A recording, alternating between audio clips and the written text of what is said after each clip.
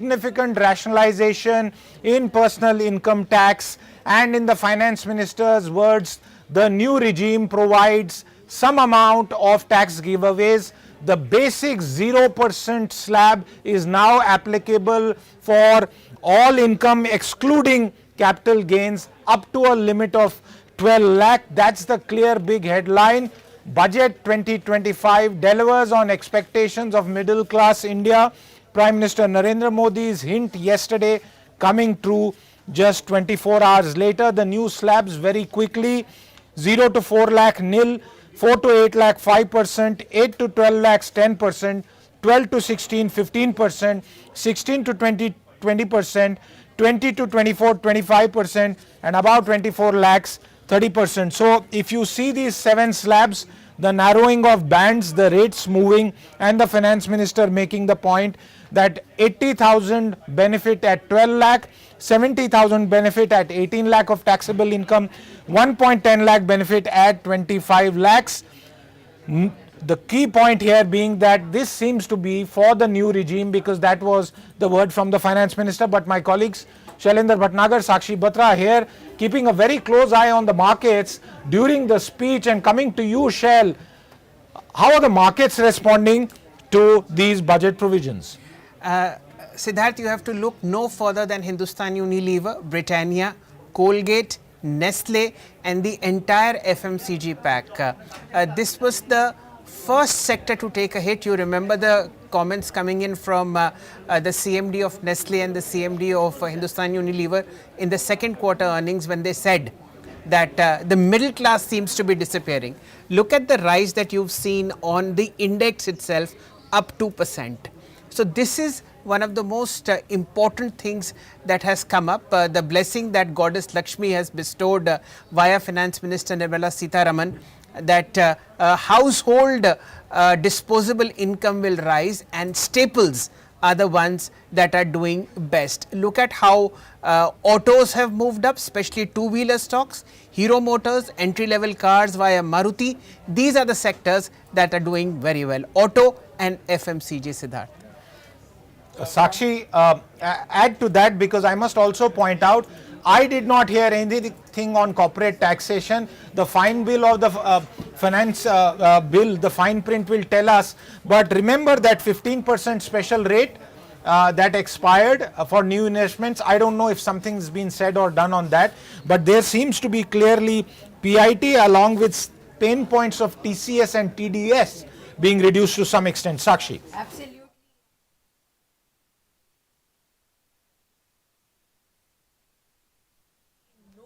Income tax. That's the biggest headline, like you point. Yes. Going to be the most important to watch out for next week. So there is more to it that the markets will look at beyond today as well, as to what really happens on the taxation aspect. Apart from these sectors, 100% FDI and insurance, that was being expected earlier as well, and that is being seen. So you see across the board on the insurance stocks, the reflection will come in. This was being largely expected as well, and this is going to bring in all that money that the insurance sector was waiting for. So that's another one that everybody is looking at. Apart from this, we'll also look at a whole host of these smaller sectors, leather sector, where some of the customs duty has been reduced as well. So you'll see all of those stocks like Relaxo footwear, all of them reacting positively in trade. And apart from this, of course, it's the agri-related stocks. Those are also in focus. Remember, seafood exporters stocks have surged in trade today. Stocks like Avanti Feeds, Apex Frozen Foods, those are the ones that are also buzzing in trade. So these smaller sectors have got those benefits. Absolutely. And let's go across to our guests who are joining us now. Remember, this has been one of the shortest speeches by the finance minister in recent times. Almost under 75 minutes. Probably 72, 73 minutes, but we are joined by Nishchal Maheshwari, market expert, as well as Ketan Dalal, the managing director of Catalyst Advisors. Ketan, to you, put in perspective what's happened on the taxation front. Sorry, I didn't get you, Siddharth. What front? Ketan, Okay. Yeah, okay, got it. No, so Siddharth, as you mentioned, there is nothing much on the corporate tax front, and I don't think anything was expected. On the personal income tax front, of course, the non-taxability up to 12 lakhs is a pleasant surprise. It will, I think, it will definitely boost consumption. I'm sure Nischal will have to say more about it. I think the big elephant in the room, Siddharth, is the fact of the new income tax bill, which is likely to be introduced next week. And that of course will have a very long term effect. I'm not sure when it will come into effect from, but one thing is the simplification, which was the original remit and mandate of the committee which was appointed. But the larger issue is not just simplification of language, but there are substantive things that need to be done. For example, ESOP taxation, outdated clauses regarding mergers and acquisitions and restructuring facilitation, etc. So that really is the big daddy in the room. But on TDS and TCS, more should have been done. But I think whatever has been done is useful. I think we should remember that TDS is a situation of a taxpayer, corporate or otherwise, actually doing the government's job of collection. Absolutely. And the kind of compliance and the uncertainty around that is certainly something which is anathema to the ease of doing business. But Okay. anyway, whatever has been done is helpful. Okay, Nishal, your quick thoughts and comments, and before you speak, just one quick data point for everyone to consider. 20 years, income tax exemption limits have moved from 1 lakh rupees to 12 lakh rupees. That's one clear data. 2005, 1 lakh. In 12, it went up to 12. In 2014 to 2.5. In 19 to 5. In 23 to 7. And now at 12 lakh. Nishal, your thoughts? Afternoon, everybody. I think a very good budget, basically. And one thing is very clear. After maintaining 4.4% as fiscal deficit, the FM has been able to give all these kind of tax benefits to the middle class.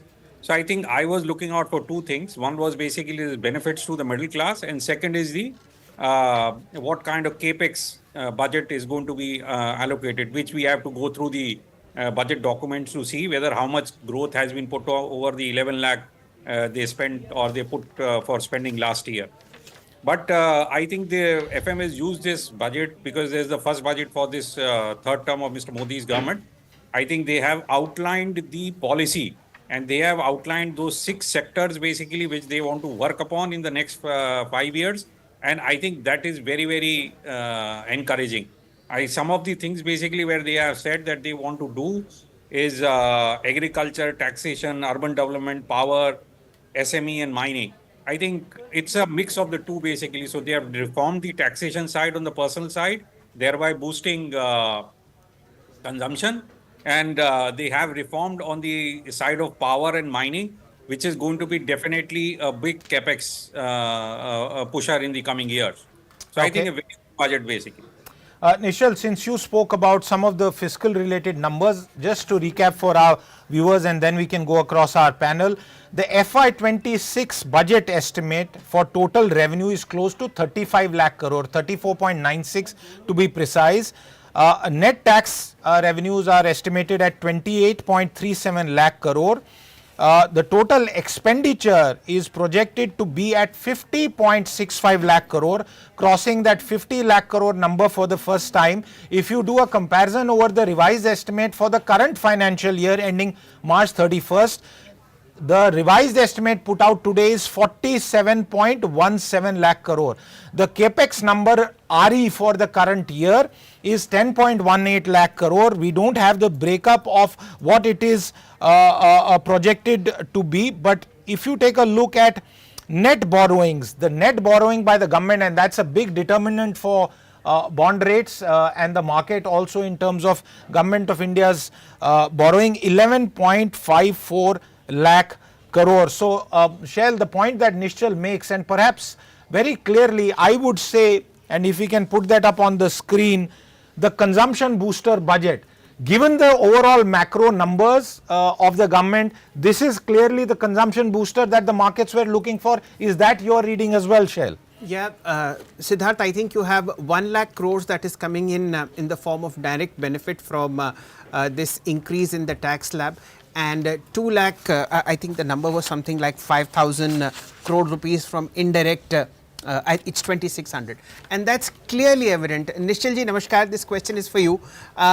We've seen FMCG and auto being thrashed black and blue over the last 4 months. Do you think with these initiatives, at least there will be a lot of money in the hands of, the youth, people who earn sub 15 lakhs, sub 18 lakhs, and you see two-wheeler stocks doing well. Maruti has reported record high sales just now. Within the auto space, what would you bet on against the backdrop of this budget? So, Shail, yes and no. I think as far as FMCG is concerned, the more concern about FMCG is the inflation. It is the inflation basically because that's a very low ticket item, and it's getting impacted at the rural level, and that's why the inflation is still causing a problem. But definitely the discretionary demand with this kind of money suddenly in the hands of people, I think so definitely two-wheeler stocks are to be watched.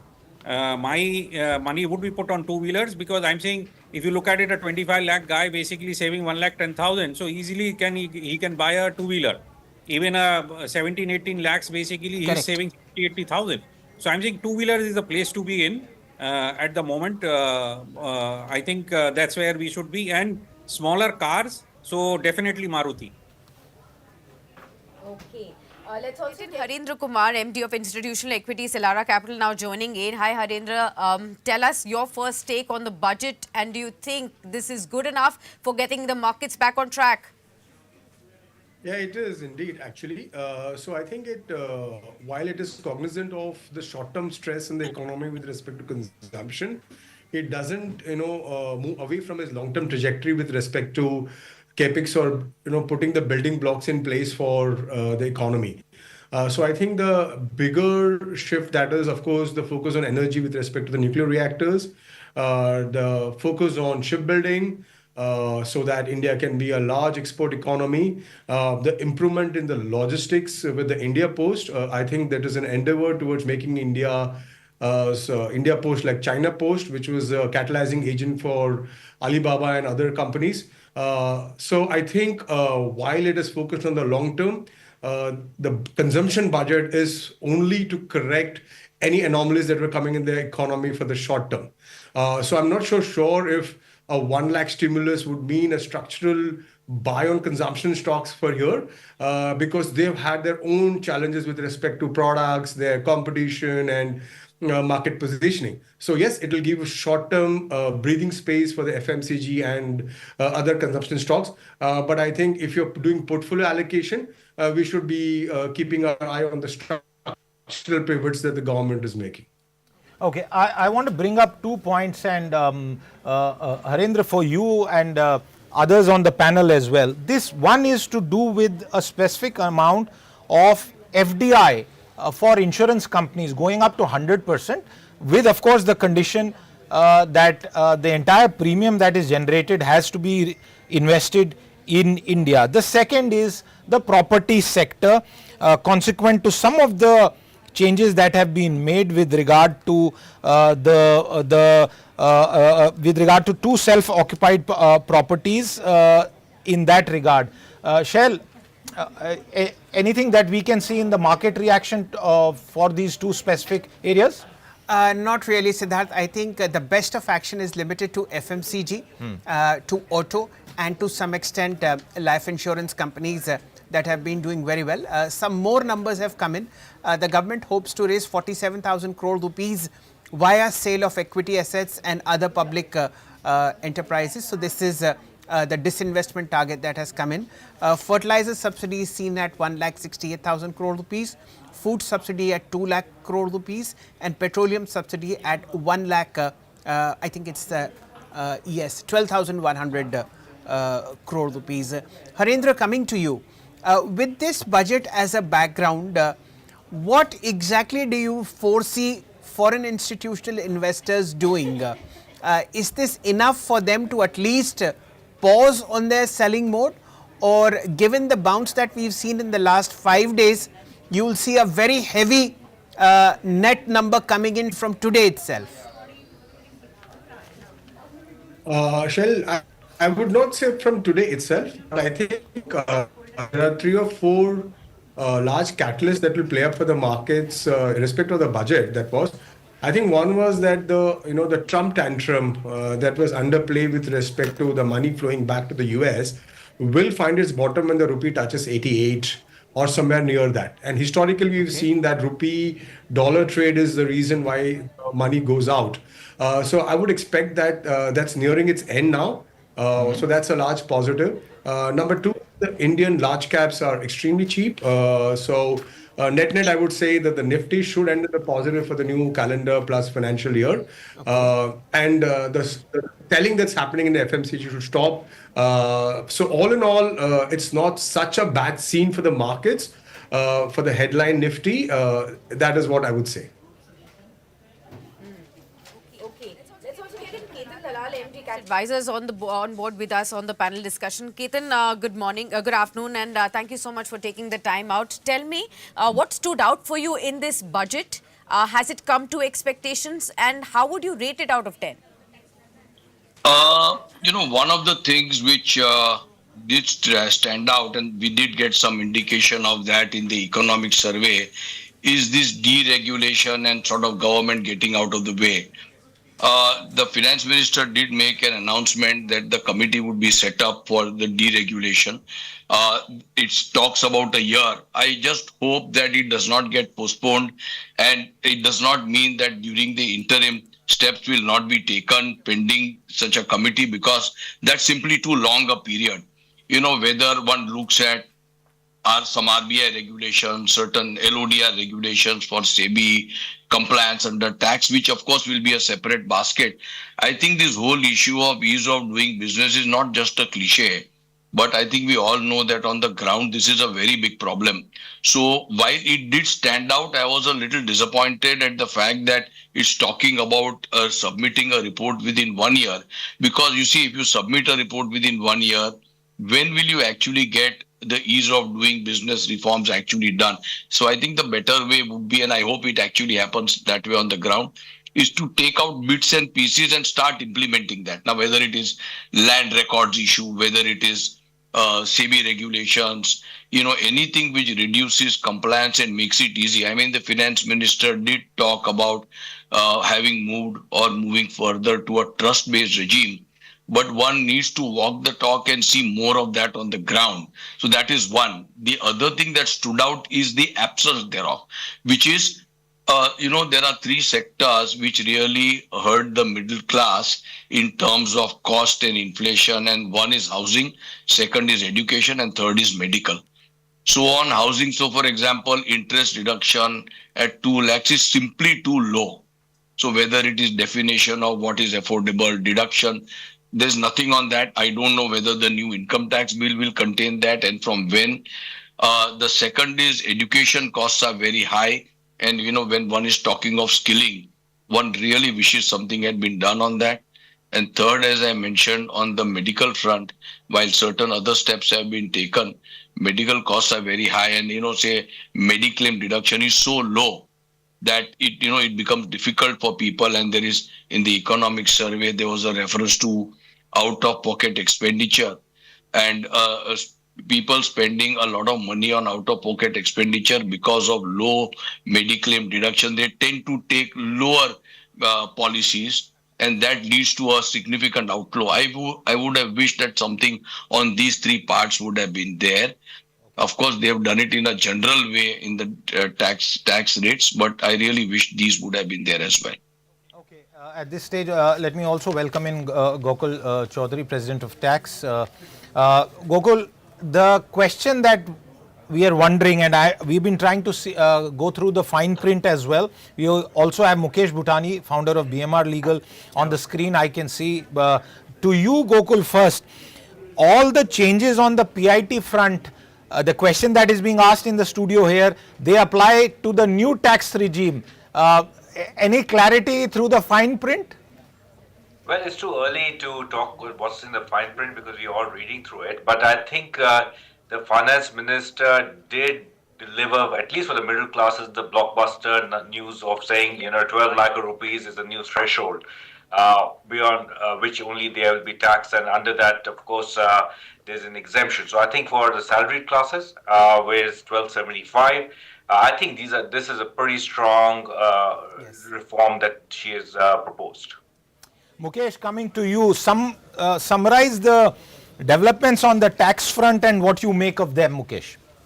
I think what appealed to me the most is the reformative tax agenda for customs. One is, in 1 year, if you look at Finance Bill 2 of 2024 and the Finance Bill of 2025, they've reduced and simplified it now by bringing it down now to 8.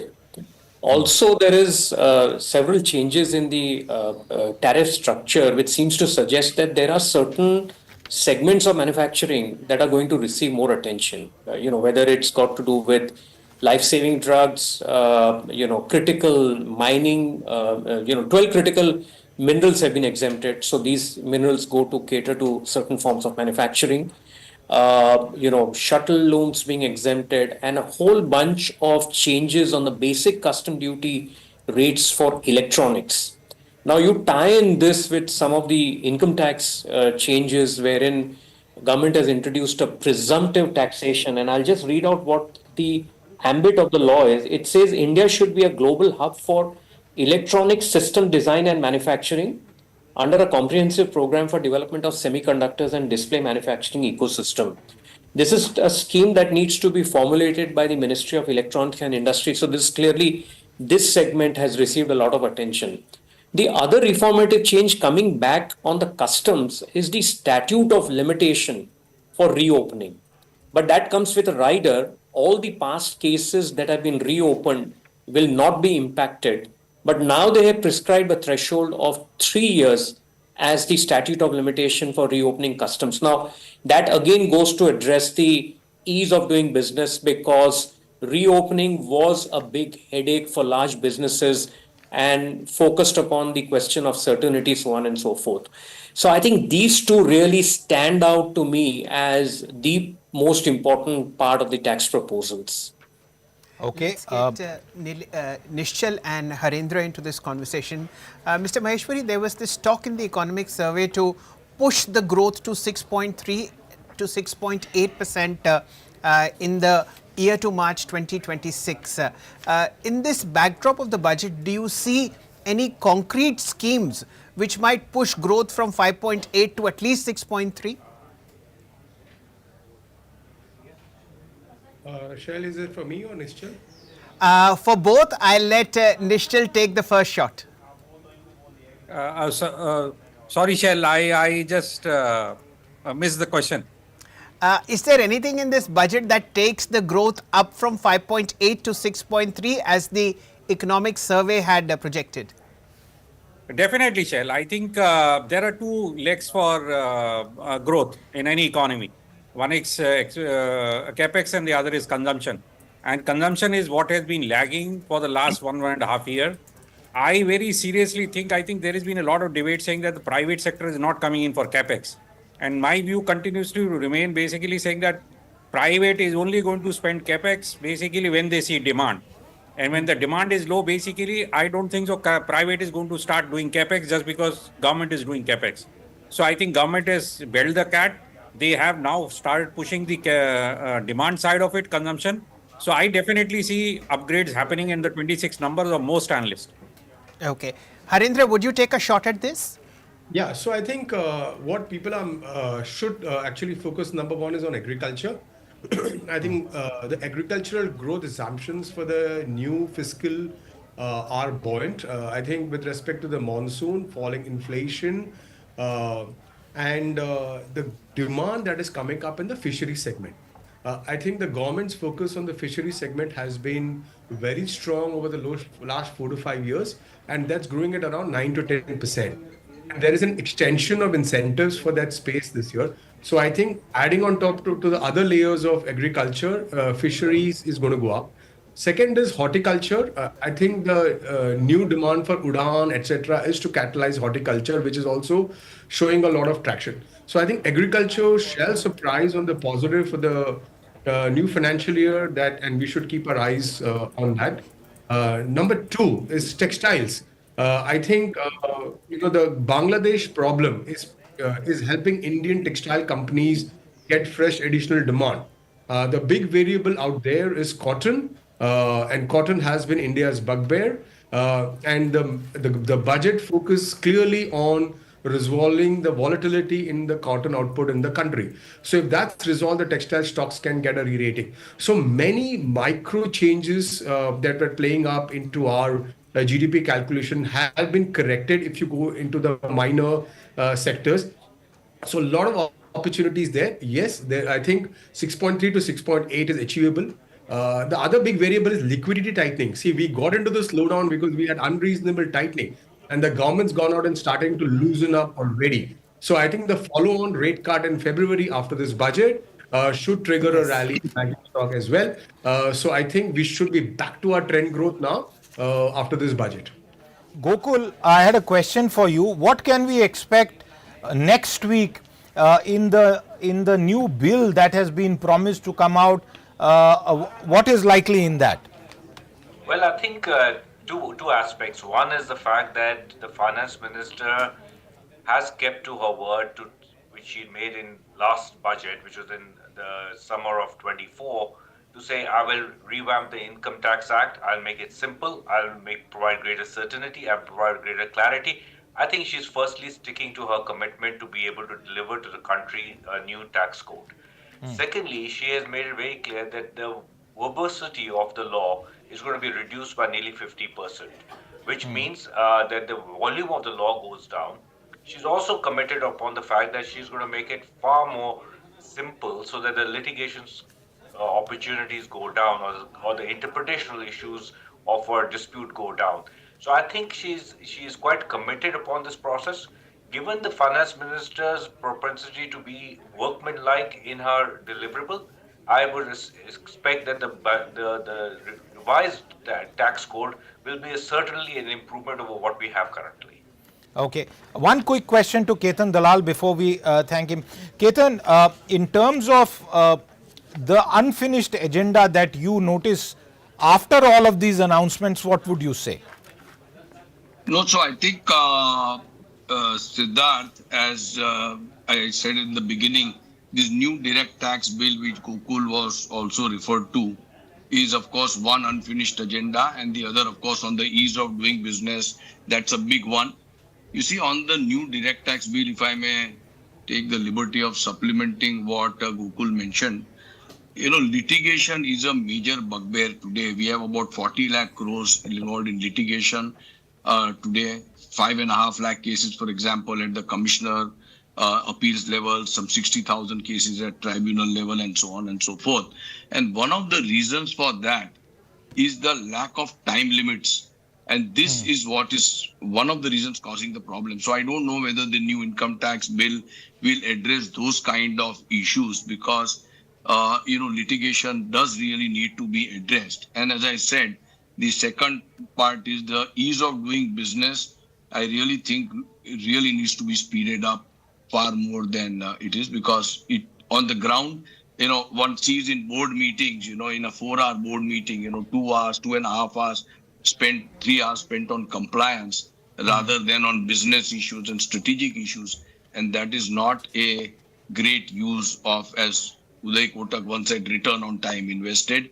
Neither for the directors, more important for operating management on an ongoing basis. That's a good term, Ketan. ROTI, not just ROCE, but ROTI, return on time invested. Mukesh Bhutani, I know you, Mukesh Bhutani, you also have to go. So one quick question that I had for you, and this relates to the larger point about ease of doing business.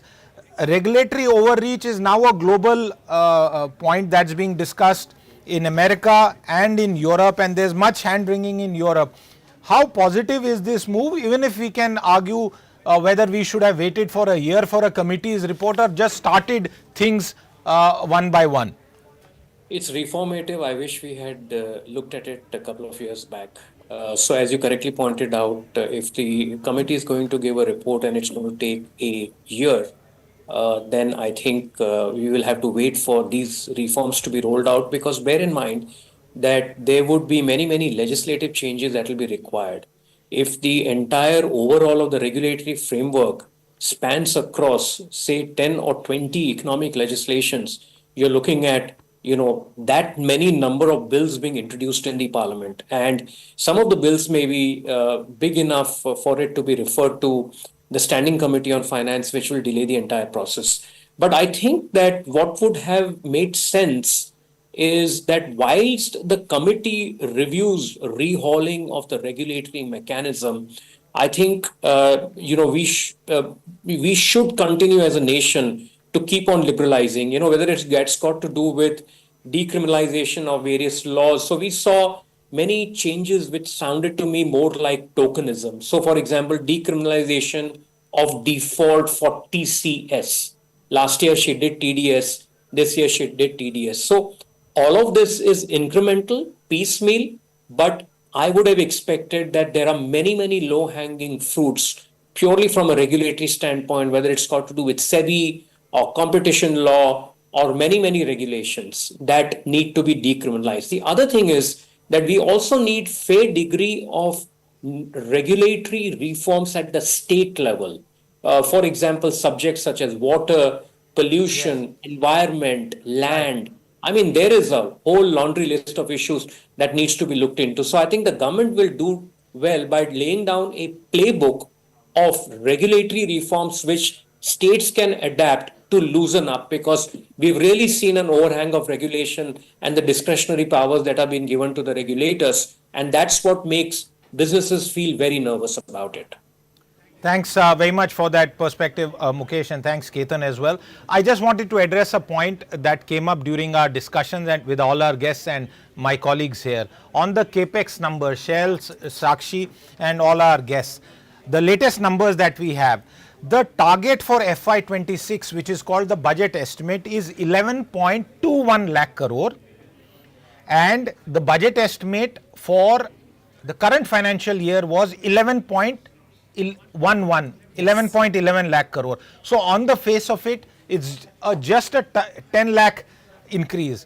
However, please note that the revised estimates for the current year show that there has been a 8% miss. So while the target was 11.18 lakh crore, only 10.18 has been spent. So that is due to the Lok Sabha election. So Shell, this point that's come up constantly, what led to the decline in growth? First 6 months because of lesser government spending. However, as we discussed in our earlier shows, government spending only accounts for 10% of GDP. Private fixed asset formation accounts for 30%, 60% is by people spending. Now, you added that 1 lakh crore number. So clearly the big question to answer at this stage is, what does this budget do at the macro level to boost growth? Is the consumption booster enough as we have been running? Do you have a better sense of that particular issue, Shell? Siddharth, I think for the moment, the markets are completely lopsided, and they're only looking at FMCG and auto as being the biggest beneficiaries of this tax cut. What also we've forgotten is that this is a Bihar-centric budget, and there was a lovely meme going around in the capital market WhatsApp groups that land rates in Bihar have doubled in the last 1 hour or so. Well, that's clear, and this was a story, viewers, that was broken by our colleague Karishma Asudani on businesstoday.in and Business Today television several days ago, that there will be a Bihar flavor, a Bihar tadka or a litti chokha, choose what you like. Makhana. And Makhana, and Nikhil Kamath also commenting about that. Okay, I see more faces on our rolling coverage here. And Radhika Rao is here with us. Radhika, welcome, ED and Senior Economist at DBS Bank. We just spoke about the capex numbers because I had managed to get hand on the fine print. Viewers, if you are looking for more numbers, the budget documents went up just a little while ago, 10-15 minutes ago on the India budget website. So you can go there for fine print. But Radhika, your key takeaways from the budget. Certainly, I think if I were to look at the quantitative aspects, I think it's quite clear that fiscal consolidation, they've been uncompromising about it, right? Despite a very wide-ranging objectives in terms of stakeholders, from agriculture to MSMEs, to also pushing for manufacturing sectors, improving the ease of doing business. Despite all of that, I think fiscal consolidation has continued. In fact, if anything, they have bettered on the fiscal 25 target, and they expect to better on the FY26 target as well, in terms of the deficit target. And I think before going into this budget, we had written, one of our notes that we need to see another thing which the finance minister has spoken about in July, which is that it won't just be about deficits anymore. It's going to be about deficits aligned with debt. So if you see the text, in fact, you can see that for the next till fiscal 30, they've put out a roadmap of where the deficit should be and where the public debt will go. So that is very interesting as well. So taking a much more holistic view. So coming to just this year and the year that we are going into, I think it's quite clear that fiscal consolidation is going to continue. Fortunately, they haven't really increased the capital expenditure budget too much. It was quite clear that just setting aside 11 or 12 lakh crores is not going to solve the problem. I think there are some, measures that we need to do to improve absorption of this money, and I think their focus will be on that. So I'm good to see that that has not been taken up even further to make it more ambitious. So overall, I would think quite an inclusive, balanced budget. Trying to take a lot of stakeholders along towards Viksit Bharat, as well as in the very near term to be more pro-growth. Radhika, just one quick follow-up before we go to our other guests. There's a bunch of announcements that you can put under the category of investing in the economy, and one of them I just want to bring up for all our panelists as well. An outlay of 1.5 lakh crore is proposed for a 50-year interest-free loan to states for capital expenditure and incentives for reforms. And in fact, there's also this announcement for a second asset monetization plan for a 5-year period, 2025 to 2030, to plow back capital of almost 10 lakh crore into new projects. So Radhika, I don't know if you managed to go through this fine print, read it for us in terms of what its implications mean for state level projects as well as the asset monetization plan. I think this follows up with what the center has done in the past 3-4 years, which is that, realize that just center putting aside 11 lakh crores is not going to mean much. Within that 11 lakh crores actually is this money that is given to states as interest-free or concessional. So I think it's just a follow-up in terms of the quantum. Obviously, it's been going up. But when you look at the state finances, you also realize that all of the money that has been allocated to them sometimes has riders, meaning, that money will only be given out if they meet certain requirements.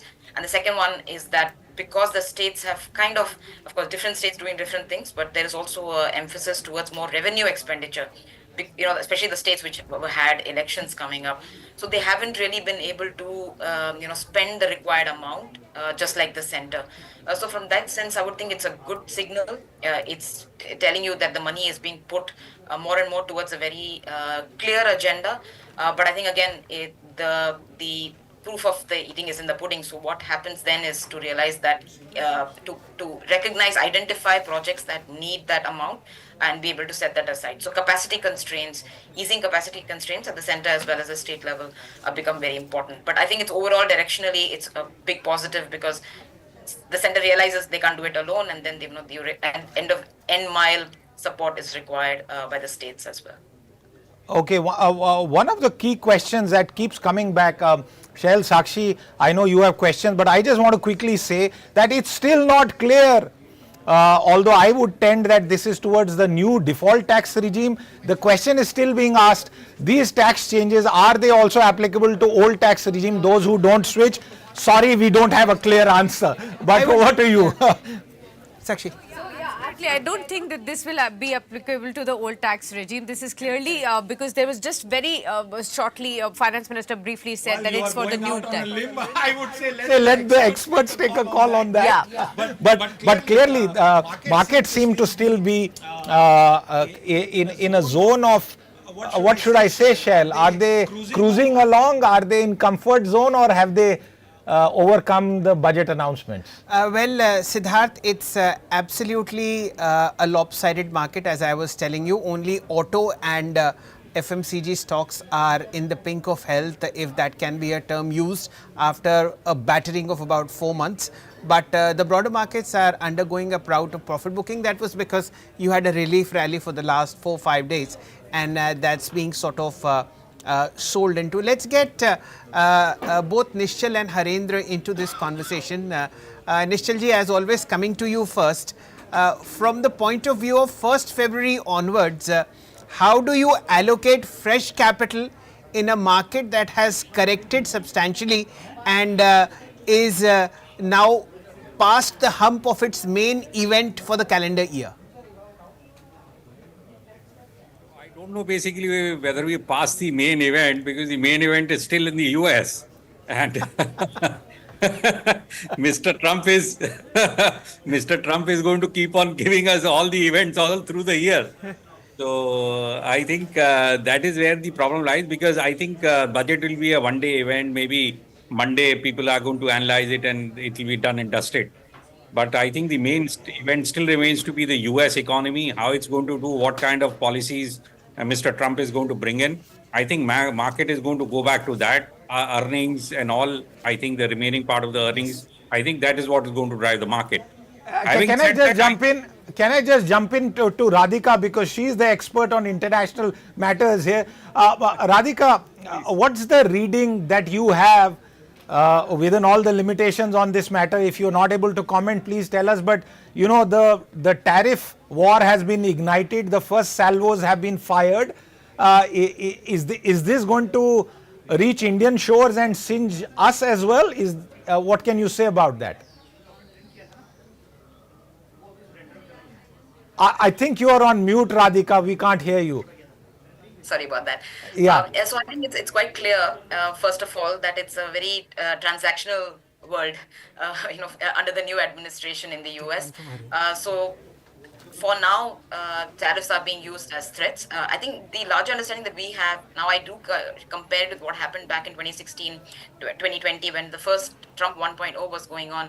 So we did see some, tariff action on India as well, especially, India was under the generalized system of preferences, and that window was taken away and it's still not been re-put.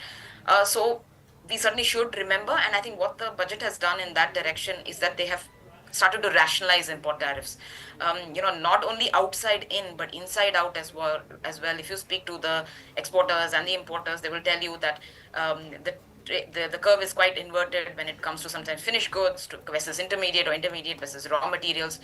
So to correct all of that, I think there has been preemptive steps undertaken already. But sometimes it's hard to just get a handle on what fancies the US leader. A country could do whatever changes required, but if it's seen as being arbitrary or seen as being anti-US, you could always expect some action. But right now, I think it's quite clear India will not be a part of the first set of action. Okay. I think there are certainly much bigger countries which have major imbalance. Okay. We've reached 1 o'clock. We switch into other elements of programming, but 30 seconds with you, Radhika. Is the bigger event what happens for monetary policy in India in the days ahead? Absolutely. In fact, you were asking the other guest, now the biggest event is out of the way. I think the markets have a very short-minded focus that way. So you're again going to be looking at 1 week hence. Next Friday, we've got the RBI meeting and what they're going to do thereafter. And I think it's quite clear that that's going to be in focus. I think the fiscal, what the budget does for the RBI is that, first of all, it shows that fiscally consolidation is going on. So they're not going to, Yes. they don't have to worry about a looser fiscal. But for the RBI, many other things matter. We do expect a 25 basis point cut as a first of a very shallow rate cut cycle from the RBI. Okay, viewers, don't go anywhere because we now have Shankar Sharma, market veteran, one of the most well-known faces who is joining us. And as we thank all our panelists at this stage, I welcome Shankar Sharma onto the debate.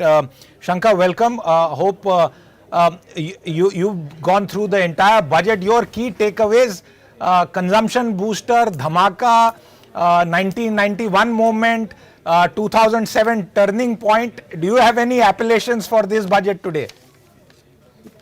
I don't think it's even close. I think it would be very, very, incorrect to compare it to 91, let alone to the subsequent budgets or 97 of P. Chidambaram. This is, I mean, my view. It is. I would call it like a band-aid response to the middle class's cry for lower taxation. Beyond that, it does not do anything to address the core problem, which is India is facing a growth slowdown. I mean, there is no two ways about it.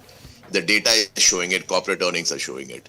The full year numbers that RBI put out under Shaktikanta Das have been missed by I think almost a percent point. That's one of the biggest misses of any RBI forecast on GDP, growth estimates that I kind of remember.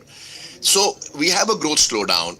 Raising the slab to 12 lakhs is great for the people for whom it has been raised. What does it do for the economy? 1 lakh crores, I mean $10-15 billion is like nothing, as in nothing at all in a $4 trillion economy. So it's a band-aid. I wouldn't even call it a large band-aid. It's like a little round band-aid that you put on a little blister. So it is not going to solve the core growth problem that we are facing. And I think the full year number for GDP will be closer to 6, might be even a tad lower than the 6.4 that, has kind of been now talked about as the new normalized lower growth number from the earlier estimates of 7%. Okay, so Shankar, Time around when you were with us on the budget day and you saw the reaction as far as the markets go on the LTCG hike and the STCG hike, you said that you've just wiped your tears and come off. After the budget speech today, I hope it was much better this time around. Even if you believe that, that doesn't do much for the growths to get stimulated, what about the markets? Are they going to be getting back on track? 4 months of a slowdown is what we've already seen on the markets, and a correction which we've not seen in the last 23 years. Will that at least get reversed? I don't think so. If they wanted to seriously address the market itself, they should have at least removed STT. That's the fairest thing to do. We talk about fairness in taxation. When STT was introduced, the LTCG was removed. Now we got LTCG back in 2018. We got it hiked in the July budget, and STT was never reduced. Or removed. It should have been removed. And please understand this. The stock market is your golden goose, which has laid 1 egg per day. But wo diwar mein tha na, कि when Madan Puri, tells Amitabh Bachchan that agar main aapko paise na दूं और आपको मार दूं तो, and Amitabh Bachchan says that कि sir, वो मुर्गी के सारे अंडे आज ही चाहिए क्या? या एक अंडा per day चाहिए? It is the same thing. You've raised all the taxation on equity investment, and you want all the eggs in a single day. This hen is going to die, and that's what we are seeing. That today India is one of the worst performing stock markets on a preceding 12-month basis, from being one of the best, the top 2 or 3 markets after the US in the period prior to that. That is telling you enough. Look at FPI, pullouts. In January we have lost, I think, 1 lakh crore. I mean, it's insane figures. Why are they going? Say very simple. Post-tax returns from India no longer justify being in India if you're a portfolio investor. And also, let me also add, we talk about 15% long-term equity returns, but that assumes that there is little or no capital gains taxation, as was the case for the better part of this entire last 20 years. Now, when you bake in 12.5% and 20%, and you take an average number of 15% taxation, for investments, you're talking about 15% minus this, let's say 20-25%, which comes to 12%. With the volatility, it comes down to 9%. Bank FDs are, yielding you 7%, 7.5%. Good NBFCs yield you 9%. What is the case to be made for anybody to put money into equity markets? This is basic common sense. But, I'm extremely disappointed that they did not do anything at all on the STT part, let alone on the STCG and the LTCG part. Namaskar, Shankarji. And it's often seen that Indian investors have got so used to being disappointed that they carry on plodding. Now, for stock pickers such as you, Of course, the large and the mids don't matter, but the small caps do. Of course, we had a fantastic rally over the last 3 years or so, and small caps did exceptionally well. In this broad outlook that you now outline, what would be your strategy for Indian markets? Would you stop hunting here and go for some other Asian market or so? Or how would you deploy existing money in India? So, I mean, whatever money I have in India, that's quite a lot of money. I don't think that there is any case to be, sort of taking out money. It is only a matter of staying here and becoming even more selective, even more selective than what might have been the case maybe 1 year ago. It is no longer a broad bull market. Yes. It is going to become a very narrow bull market. In narrow bull markets, you do make money, but it takes a lot more effort, which is what I'm saying, that you needed to understand this phenomenon and give people some degree of succor on the taxation front for the capital markets. I mean, I cannot overstate this, but they have tried to kill the golden goose that laid an egg for the last 4 years in one shot by raising the capital gains tax successively in 2018 and then in 2024. Fair point. Given the changes that you mentioned, even if it is a small band-aid, a circular one, do you see some merit in at least two-wheeler stocks? Because the folks that will get this immediate benefit of 12 lakh rupees not being taxed at all are possibly buyers of two-wheelers and maybe as an indirect benefit the ancillary space, or even that asking a bit too much? I mean, we can find something here or there, Shell, which will benefit. I mean, but here in the budget, it's a macro document. We have to look at the macro. Okay? एक two-wheeler sector अच्छा कर जाएगा doesn't mean the whole economy changes picture. Here we are talking about a significant growth slowdown. Does it do enough to address that? I don't think there can be any debate that releasing 1 lakh crores as incentive through taxation even begins to move the needle. So yes, churinda basis pe maybe vada pav stalls will do well, maybe some two-wheelers will do well. But does it really boost consumption to that extent? Does it do what Chidambaram's 97 budget did? I don't think it's even in the ballpark. What about the FPI flows that you have been saying that, an exodus is what we have seen post the last budgets, tinkering on the taxes on the higher side. We've not seen them come back. What will it take for us to really see FPI flows coming back to India?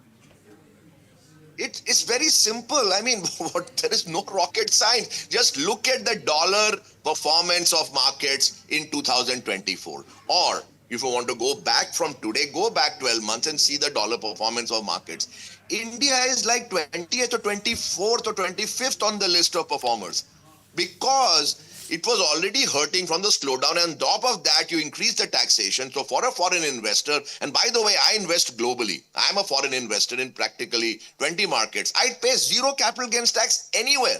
I only pay tax on dividends, which is minuscule anyway. You're not buying for dividends.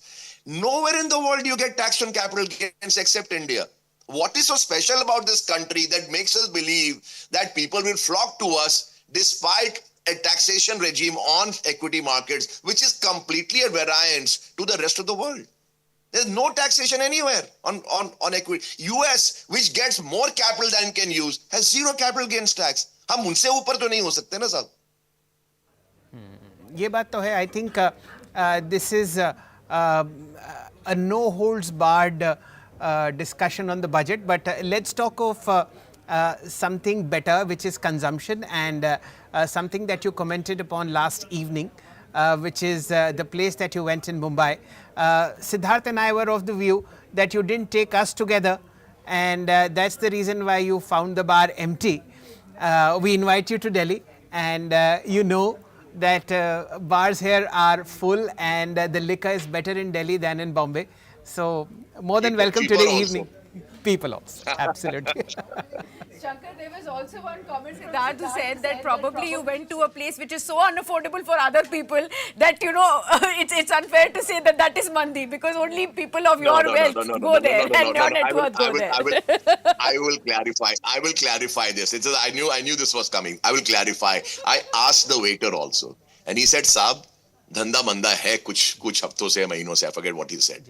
So yes, it is unaffordable for many. I have no disagreement about that. But even for the affording class, it was a very low point, and that is the problem. That this is a rich person's place. If the rich are not going, middle class is already hurting, lower class is already hurting. And does this budget do enough to revive those people? The rich can take care of themselves. I have no sympathy for the rich. Let's be clear about it. उनके पास बहुत options है. But middle class के लिए 1 लाख करोड़ रुपया दे के बोलोगे 150 करोड़ की आबादी में पर पर्सन क्या होता है आप कैलकुलेट कर लो. It's peanuts. Fair point.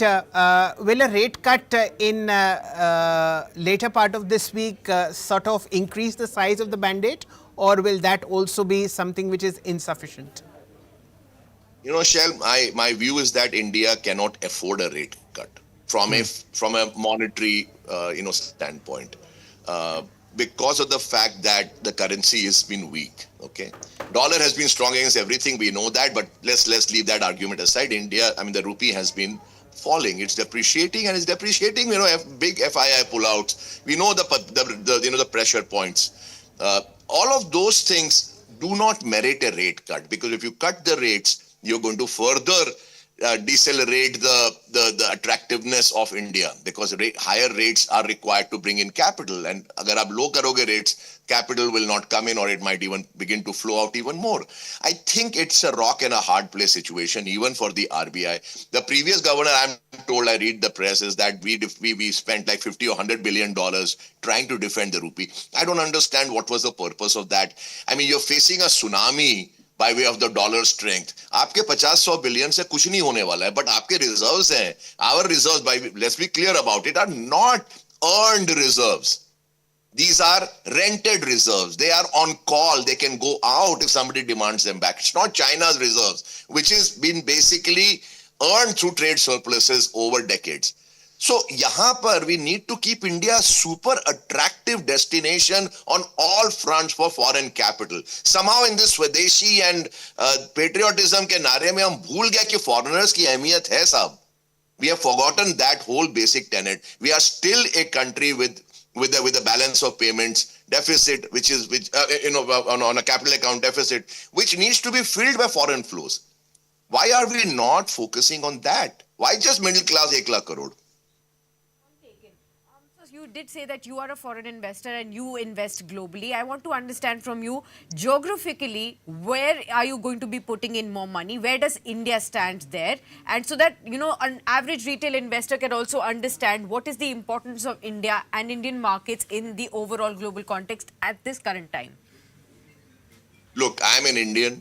Foreign investor also, is secondary. I'm an Indian. I continue to invest in India. Yesterday also in Bombay, I had 3-4 meetings with companies. We are blessed with amazing bottom-up opportunities. And this is what I tweeted a while back, like maybe a week or 10 days back, that in the 90s, our macros were terrible, because coming out of the 91 recession, it took time for the economy to really mend. You can't just have a budget and then expect everything to fall in place.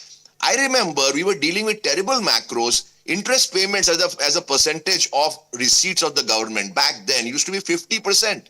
1 रुपया आता था, 50 पैसे interest में जाता था. I used to sit and wonder कि हम फिर actual productive use पे कहाँ डालेंगे पैसे as a nation. But despite that, we got amazing bottom-up opportunities. We got the Asian Paints, we got the HDFC banks, we got so many other Infosys. So many other companies in the 90s period, which was really a very problematic macro period. I want to offer this as a word of encouragement to people who think macro is bad, so micro is bad. In many countries that is true, but that is not true in India. Absolutely. I think we still remain a stock picker's paradise. Of course, the quantum may have narrowed and the potential return might have also come down. But one more point for you to vent, Shankar, is the fact that retailers continue to have faith and they are putting in 40,000 crores in SIPs to let our foreign funds actually enjoy bars which they can afford to because of the easy exit that we are giving them. Maybe something that you can comment on this one? So see, from the time that FII started to come in, if you go back in history, FII flows have never been negative for this long and with such aggression. They used to be negative, but very patchily negative. 2008 global crisis, there was a negative year, but they came back in full force in 2009. And similarly, I think in one other year we had moderate negative. इस तरह की sustained month after month, day after day selling is beyond my imagination, beyond my experience. And I think that is in large part coming, of course, because of the disenchantment with the post-tax returns from India, but also because they are able to get exit. And you know that, Shell, better than anybody else around, that market में पैसा तब बनता है जब desperate seller से आप माल ले रहे हो, and वो नीचे के भाव में ले रहे हो. जब मार्केट 35,000 की सेंसेक्स पे आप ले रहे होते फॉरेनर से, तो I can understand that. At 80,000 Sensex, you're buying truckloads of that equity. I don't know who the greater fool is. I mean, I just hope that we are not the greater fools and that the FPI is the greater fools. But somehow it doesn't look like that. And they are getting smooth, super easy exits. उनके पैसे को इतने आसानी से मत जाने दो. That's the point I was trying to make in the piece, I think obliquely you have referred to. Right. Shankar, I think where they exited the most was probably the secondary markets, but they also pumped in money in the primary markets. What is your own understanding of how are primary markets placed as of now and into this new year? Do you think this space will interest you? So primary markets, I only do like an unlisted transaction. I don't invest in IPOs because IPOs, by the time they come out, and a lot of them are offered for sale. So VCs are exiting or PEs are exiting. And the amount that is being withdrawn versus what is being put into IPOs, it doesn't even, compare remotely. IPOs, for me, are a good place if you manage to get allocation in some good ones. But unfortunately, that's the problem. They get oversubscribed, you don't get much. Remember one more thing, that the secondary market has been obviously hurting. The primary market is strong, but there is a lagged effect that always happens. Secondary first starts to do well and then primary follows with a lag. On the opposite side, exactly the same thing happens. The secondary starts to react very quickly. IPOs, which is the primary market, start to react late. Right now, there is the pipelines getting filled up. Let us see in 3-4 months' time whether the same situation exists or not. I think you are seeing that already. IPOs that list on the first day, that Premia is getting squeezed dramatically, and all those fancy names that we saw 2.5, 3 months ago, some of them are actually below IPO price, and many of them are well below their all-time highs. One more space that has lofty valuations is the unlisted one. Now, every broker in the smallest town in India is offering you unlisted shares in case you are interested.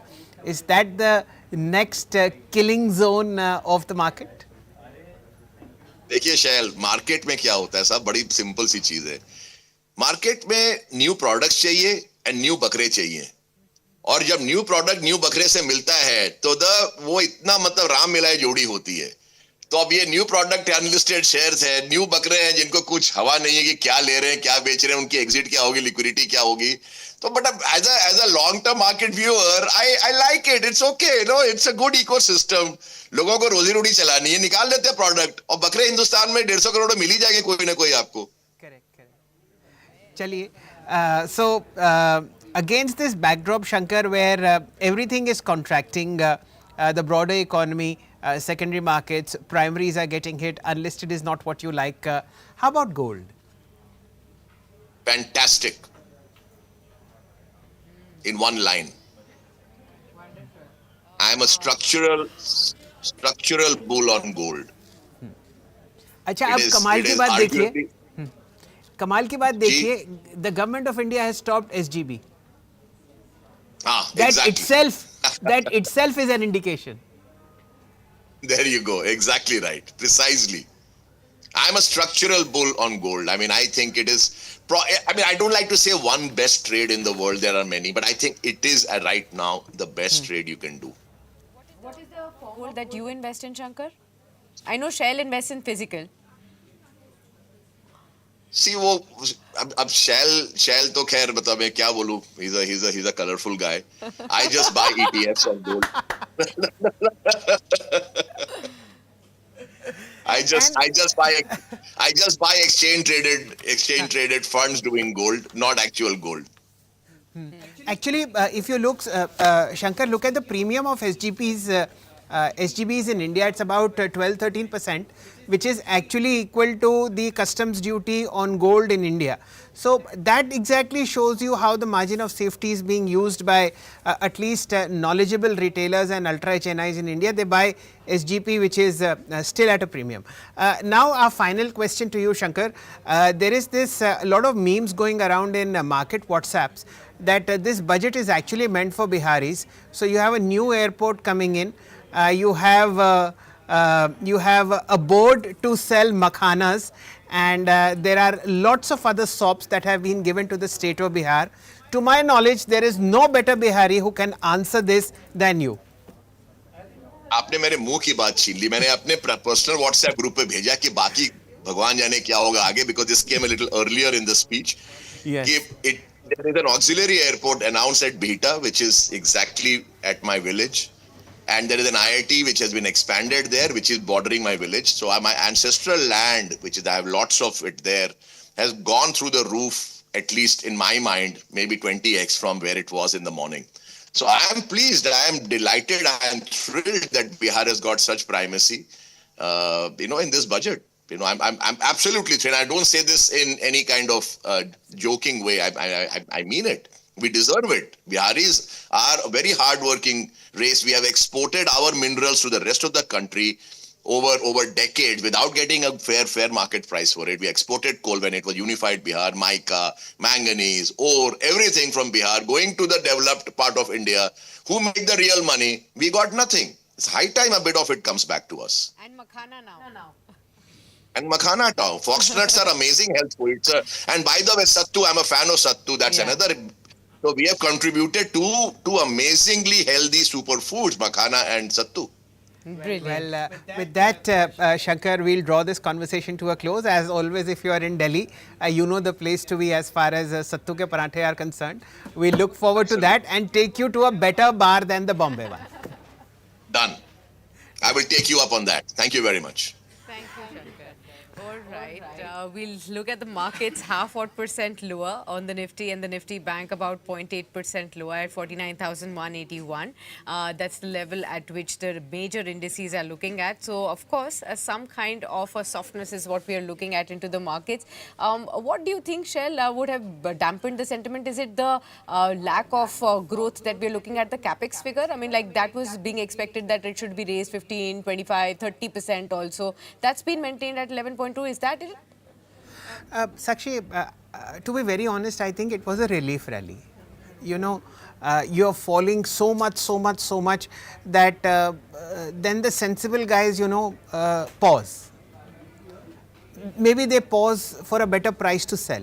And that is what has happened in hindsight. And as many people that we've talked to, Shankar, of course, has been forthright in saying that this budget is less than a band-aid. Others, if you sort of notice, they've said, that okay, FMCG thoda bahut auto, lekin what is there in the broader space, considering the pain that we face? And as Harendra very well put in, the Trump tantrum is ongoing. So, from I think today's high was 23,600 almost, maybe 23,620, and from there we've shaved 200 points, but we've also risen let's say 850 points on the Nifty alone. उसमें से 200-150 point निकल गया. ठीक है, let us see.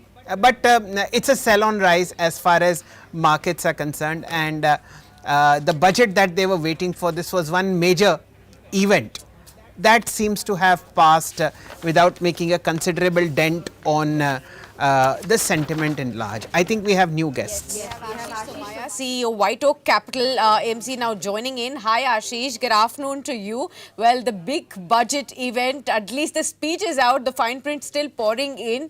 Are you happy? Are you unhappy? Are you only satisfied? What exactly is the feedback?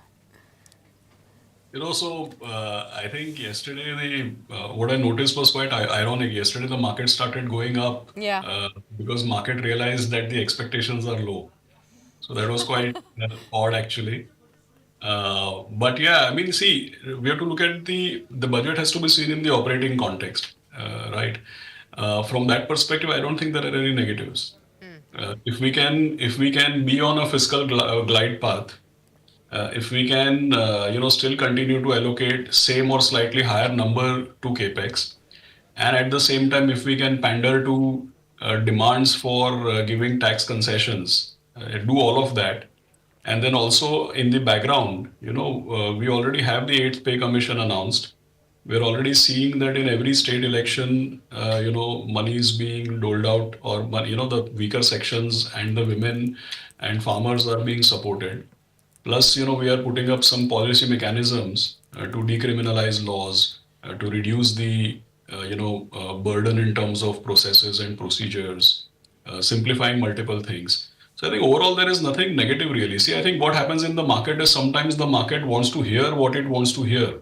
The market wants to hear that there is some big capex announcement or there is some big, but it's more a routine budget, and I don't think there is anything negative. Right. Namaste Ashish ji, a very warm welcome. Shall this side. Given that you manage now a very, very large chunk of public money, how do you, how should I say, pivot yourself against the backdrop of this document, against the backdrop of sustained FII sell numbers, weakening third quarter earnings, and how should I say, a slight darkness that's enveloping the Lal Street? What would you be doing? Yeah, so see, one is that if you really ask me on relative performance, I mean, that doesn't always work well for investors. Investors want absolute performance, they want positive return. But given that in the last few months, market has been on a downtrend, especially since September, on relative performance, actually, we are falling much lesser and we are outperforming quite significantly. If you see our own portfolios, the way they are positioned, we don't have any style bias, like we are not growth or value, defensive or cyclical. And we don't have any sector bias also because our portfolios are benchmark aware, meaning that we have respect for the lay of the land when you compare it with BSE 500. So net, if you really ask me, there is a sector rotation which has played out in last 3 to 6 months. And that is what we have noticed and that is what we've aligned to. What do I mean by sector rotation? If you see last 3 years, market was fully driven by policy-driven sectors, macro, railway, PSU, defense, infrastructure, at some point in time, oil, metal, commodities, right? In fact, those market conditions are very difficult for stock picking. Whereas what is happening in the last 3 to 6 months, yes, there is a correction, but at least the market is becoming more heterogeneous and it is becoming more like what you call a stock pickers market. So our portfolios are positioned in a diversified manner. Stock picking is working. There is a sector rotation. If you see what was working very well in the last 3 years, I started to underperform. And what was written off, like say IT, healthcare, consumer in certain pockets, financial services, that is outperforming. So I think it is just becoming a stock pickers market. People have to reorient and rebalance their portfolios. So Ashish, post the budget, are you going to do any tinkering on that stock picking and sector picking right now? Is there any addition, deletion on that account now? Actually, the way our portfolios are positioned and the way the landscape is shaping up, in fact, we may not need to do too much. That's why I said that, when the market is driven by macros, and just if you see 2-3 years, market was working in tandem, meaning that it doesn't matter which stock and what you're talking. If you're defense, it's going up. If you're PSU, it's going up. So railway, infrastructure. So when market drives entire sector after sector up in tandem, it's difficult for stock pickers.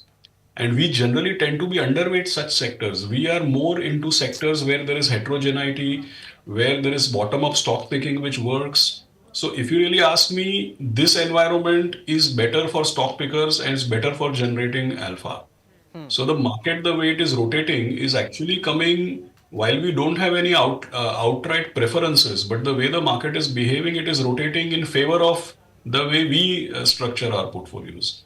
So I think market at large, retail investors at large, they will have I mean, by now they would be romantically involved with where they made a lot of money in the last 3 years. So the portfolios at large, retail portfolios at large, they need some reorientation. But for us, this I don't think this environment is something to complain about. Stock picking is working. We are generating alpha. I think that's a very sensible outlook on how markets work, which is that a secular bull market makes it easier to make money.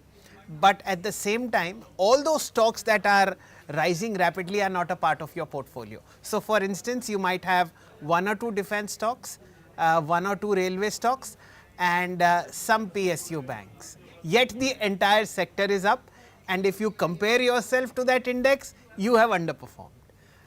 Absolutely. That's what I meant by saying that in certain environments, stock picking doesn't work. And to bolster what you said, I'll just make one very quick comment. Shailji, you take 2023, rip-roaring year for small caps, for example. Correct. I can give you just one statistic. The small cap index was up 46%, while Correct. BSE 500 was up only 26%. Only bol raha hoon, but 26%. But do you know what? If I split the small cap, and if I tell you that Shailji, private sector component of small cap, it was up 30%. Yes. PSU component of small cap, 120% up. Correct. So see, it was not small cap or stock picking. If you are ticking two boxes, your PSU and your small cap, 120% up, no stock picking. Correct. It just flies. So that environment is difficult. See, in that environment, every retail investor thinks he is a fund manager. Yes. And people like us who are doing discounted cash flow and bottom-up analysis and our OPCO FinCo framework, it will look like, "Arey, boss, what are you doing? You're underperforming," right? So in certain markets, stock picking doesn't work. I am happy because in last 6 months, market has become more heterogeneous and more discerning of what will work and what will not work. See, when the market is booming, it's all order books. But now people will come back to free cash flow. So that works for us. अच्छा, दूसरी बात इस दौरान ये भी हुआ that 46% rise in small cap index, a lot of fund managers actually underperformed the index also. See, that is because the tandem sectors are working. What do I mean by tandem sectors? Like, I'll give you an example. Say you take oil marketing, HPBP IOC. If you have it in your portfolio, if it works, everything will fly. Yeah. You can't generate alpha by picking one of them. You take, say, public sector banks. When they were flying, all of them were flying. You are a stock picker, you might own State Bank or PNB. Correct. But you will not end up owning the whole basket, right? So everything is flying. That is the challenge. That, anybody who makes a sensible portfolio to beat a benchmark, for them, life becomes very difficult if market has no heterogeneity. Yes. That's the problem. Let's also welcome other panelists on the show then. Trideep Bhattacharya, CIO Equities at Edelweiss AMC is joining in, and we also have with us Naveen Kulkarni, CIO at Axis Securities PMS as well. Warm welcome to both of you and thank you so much for joining in. Let me kickstart by asking Trideep, your own take post the budget. Markets have slipped a bit. What stood out for you as a big win and what is still something that went missing in the budget? I think overall it's a balanced budget. The question is the balance shift from capex to consumption. I think that's of note. Overall, clearly the boost to consumption is positive, whereas the capex numbers, as we are looking through the details, have a few nuances. Couldn't see the animal spirits in terms of growth, which was probably anticipated. But overall, if you balance these two along with fiscal deficit, where they want it to be and what they want to be, I think it's a balance that Honorable Finance Minister has been able to strike well and should bode well for the country overall. It's just that the markets will probably have to focus differently as opposed to where it was earlier. Welcoming Mr. Naveen Kulkarni, CIO at Axis Securities PMS as well. Namaste Naveen ji, and a very warm welcome to you, sir. Anything of consequence that you look forward to in terms of stock picking within the FMCG and the auto space? These two seem to be the biggest beneficiaries of this 1 lakh crore largesse that has come in from removing tax slabs. Yeah, so broadly, if we think about it, clearly there is the intention or the direction is to improve the consumption trends, right? So that has been lagging for a while. So the focus is very, very clear to look at consumption. In that context, of course, we can look at various aspects, but I would say that we should be looking at high growth companies in the consumption basket because they were also beaten down very, very recently. So it makes a lot of sense to look at some of these names, whether we look at some of the, let's say, discounting retail models or we look at, let's say, consumer durable space. I think these could be the biggest beneficiaries. Staples, I would still say, has its own long term trajectory of growth because it also depends on how inflation shapes up. There is also a pricing power which comes into play in the consumption oriented stocks, or let's say the pure staples kind of for FMCG names. But if I were to look at the other aspects, which is, let's say, consumer durables, small ticket consumer durables, or even look at auto sector, two wheelers, I think these companies could stand out to be the biggest beneficiaries over the next 12 to 24 months. Okay. Ashish, let me come to you now with a question, and that will be, beyond these sectors that you talked about, IT, financials, FMCG, consumption-oriented sectors, all of them which were so far underperforming have now come into flavor. What else looks attractive to you? Where would you increasingly put fresh flows now that the biggest event is out of the way? So, if you really ask me from whatever has worked in past, I mean, in recent times, apart from the names that you gave, our team definitely comes across a lot of ideas when we speak about, say, manufacturing in general, right? There is a lot of ideation which continuously happens in, say, electronics, export-oriented, export-oriented stuff, capex. So a lot of companies which are into manufacturing in these segments, there is consistent new ideation that keeps happening. So apart from what I said earlier, I think this is one thing which I would add to the list. This question is open to all three gentlemen. Let me start with Naveen. 100% allocation of FDI into the insurance space, Naveen ji. Of course, your parent, your corporate parent has an insurance play as well. Do you see this as fruitful? Insurance has been one of those dark spots in the overall, how should I say, return portfolio of India over the last 5 years. Nobody's made any money. Yeah, so insurance as a theme is again a little complex theme, right? So there are a lot of moving parts in the insurance sector. One is, of course, if I were to look at, let's say, last 5 years, not many people have made money, but also the period prior to that, this sector has seen a stellar run up and valuations were, of course, very, very high, right? So from here on, whether 100% FDI is going to make a huge difference to the sector is something which remains to be seen, right? Because the sector already has enough competitive intensity, and also many of the companies are stuck with products which actually are not very, very profitable, right? So there are these multiple challenges which these companies are facing in terms of delivering on overall profitability. So I think we need to focus on those aspects. We have to look at each company on an individual basis rather than taking a broader call on the sector based on, let's say, FDI limits being raised, and there are probably going to be more buyers for, let's say, insurance companies than sellers, and that may not necessarily work in the near to medium term, is my opinion. I think, Naveenji, you are being more than generous when you say there has been a spectacular run up in insurance stocks. Nobody has made any money over the last 5 years. Let's get Tridip's view on this one. Tridip bhai, what do you think of insurance now, post 100% FDI? What would you buy, if at all?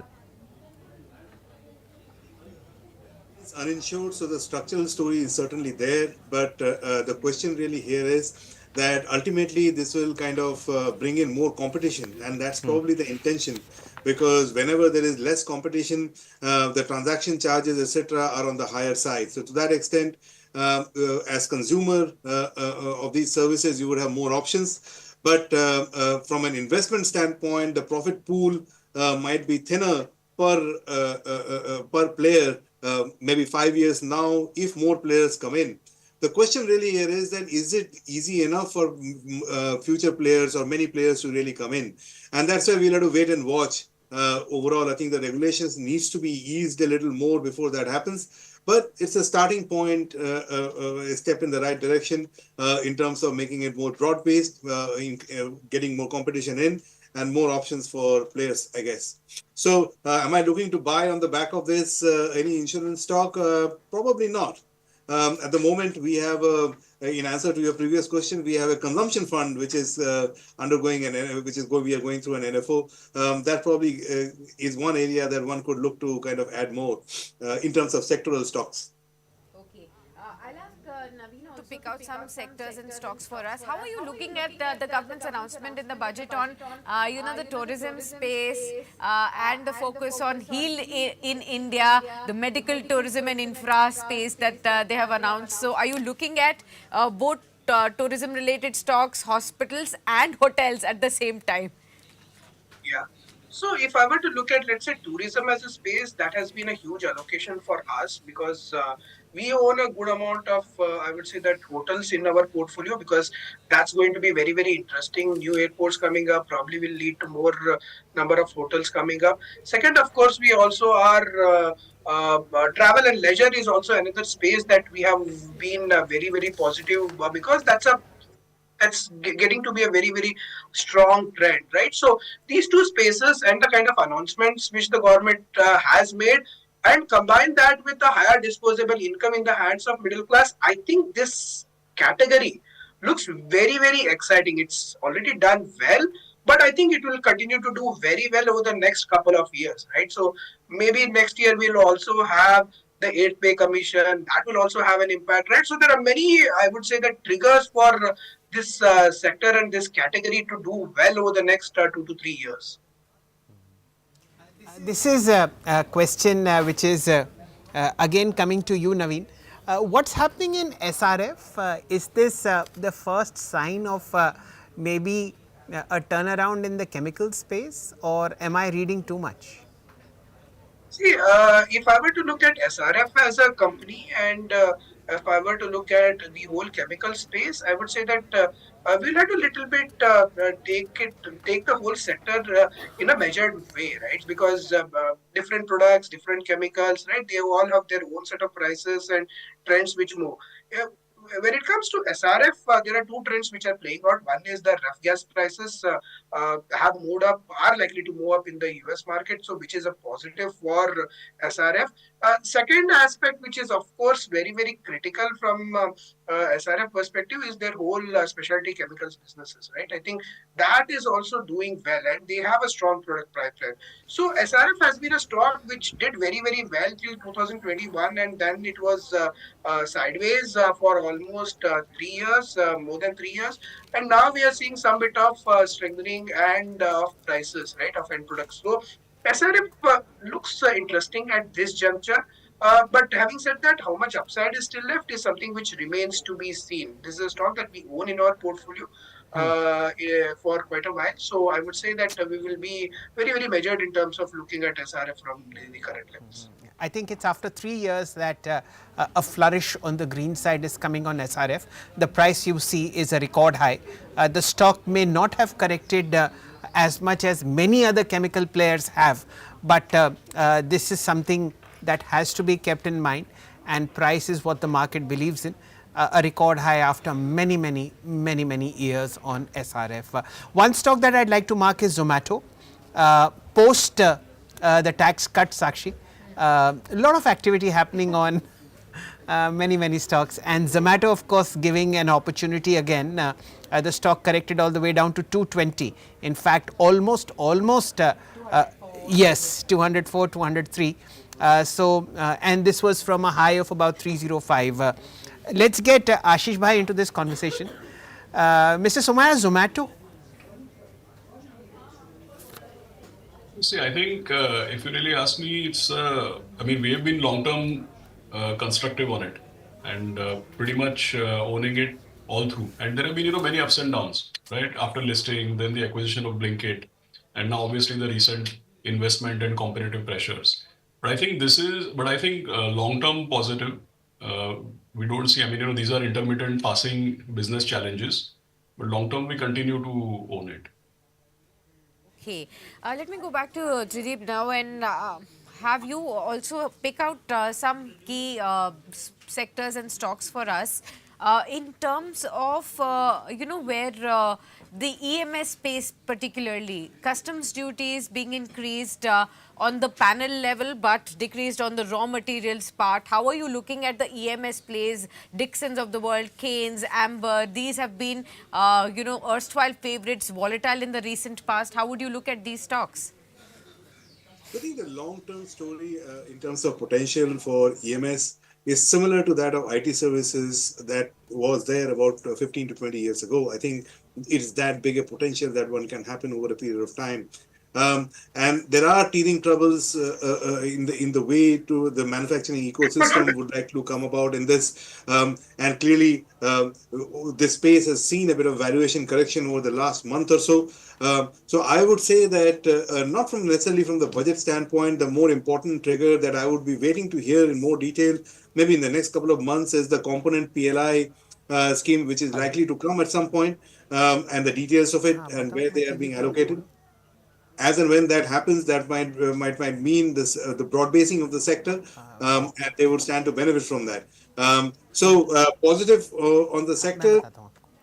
Maybe a lot more positive earlier. Currency valuations, we've taken probably a bit of weight off, but we continue to be overweight in the EMS in our portfolios.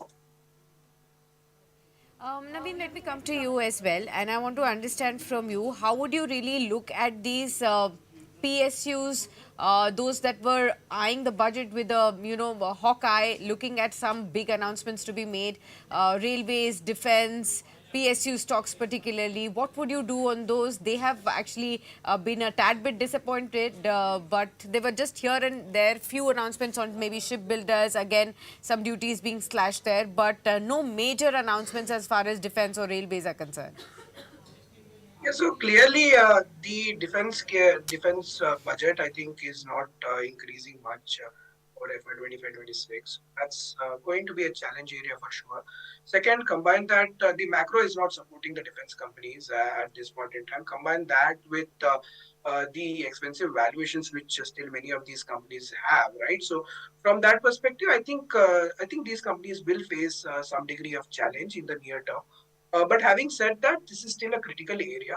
At reasonable valuations, I would see that we would again start looking at defense as a sector, right? Because that's a sector that in the current world order we cannot ignore, and it can be stepped up at any time. It need not be through, let's say, a budgetary allocation, because if there is a serious need, then obviously the government will step up on defense spending. There is no doubt about that. But the challenge that we have seen is the valuations are just too steep still for us to have significant allocation and make meaningful returns. So that has been our challenge, and I think maybe this could provide an opportunity in the next 6 months. Let me just take a detour into the markets. As of now, it's absolutely even Stevens. 1110 shares are in the green. 1173 are in the red. So it's a 1:1. Now we started with 19 stock indices in the green. About now 10 are in the red, led by the Nifty energy and IT and metal sectors that are seeing the heaviest profit booking. Apart from that, auto, FMCG to some extent, and of course the small cap and the next Nifty 50 are the ones in the green. Let's get Tridib into the conversation. Tridib bhai, I am very sure that your research team will work overnight into Sunday, and of course then come up with a document to see the best beneficiaries that the budget will throw up post the fine print. In your estimate, has the budget done enough to sort of put the economic survey on the right track, which now estimates the GDP growth between 6.3 to 6.8%. What is your view, sir? So I think one of the things that we have been focusing on over the last few months is on consumption anyway. In fact, in my year-end piece, I had called out consumption to be the dark horse of calendar year 25. And what came about in the form of budget is a step in that direction. So to that extent, some part of stock picking with regards to the consumption basket is probably done. And as I said, we also have an NFO on consumption. But overall, so in terms of sectoral orientations, we are probably just about right oriented at the moment. But in terms of from a growth standpoint, has enough being done? My guess would be that at this point in time, it is a more balanced budget, which keeps the fiscal consolidation in check. I think this, along with a couple of rate cuts as we go along the year, would actually be kind of needed to back on track with regards to the numbers that you talked about. The composition of growth will probably change a little bit more towards consumption than capex stories that we discussed earlier. But I think some rate cuts might also be needed. So some help from the monetary side will also be needed to kind of get to our growth ambitions that we harbor for the current year. That's how I would look at it. Tridip bhai, it is these NFOs, thematic NFOs, that have basically destroyed the sentiment on Dalal Street. It started with a defense fund and now you have a consumption theme also. जब तक AMCs ये बंद नहीं करेंगी लाना, तब तक selling रुकेगी नहीं. डिपेंड करता है कौन से सेक्टर फंड्स की आप बात कर रहे हैं overall. But yes, NFOs keep coming and going. Ultimately, it's an opportunity for investors to sort of come and go. But we were talking more with regards to sectoral allocations. Absolutely, absolutely. I'm just pulling your leg, and both Ashish and Naveen are also smiling. All of us know, how the launch of thematic funds signals a top in the market. Nevertheless, be that as it may, we'll look forward to it. Final words from Sakshi? Yes, I'll ask Ashish to really put in that for our viewers right there. Ashish, a lot was hinging on this budget to probably get the markets out of slumber. 4 months of losses is what we've seen, perhaps the longest streak of losses in last 20-23 years, and for especially those millennials and Gen Z investors, for the first time that they've seen, this kind of long stretch of loss. Do you think this budget has done enough to put the markets back on track, or are we still at the risk of losing where we are from at and we could slip further?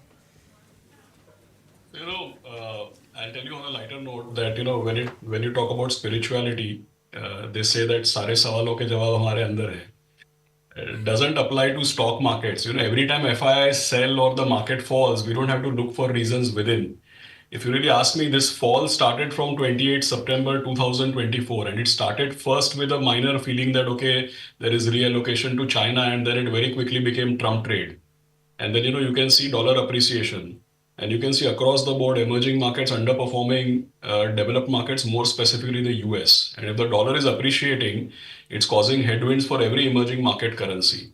So we are getting more the headwinds of US exceptionalism or a rise in US dollar, money moving to US. We are facing those headwinds much more than our reasons. If you really ask me, when the market started falling, we didn't have the tax relief which has gotten to the investors. Do you think this will affect investment in the capital markets, and also consumption will increase?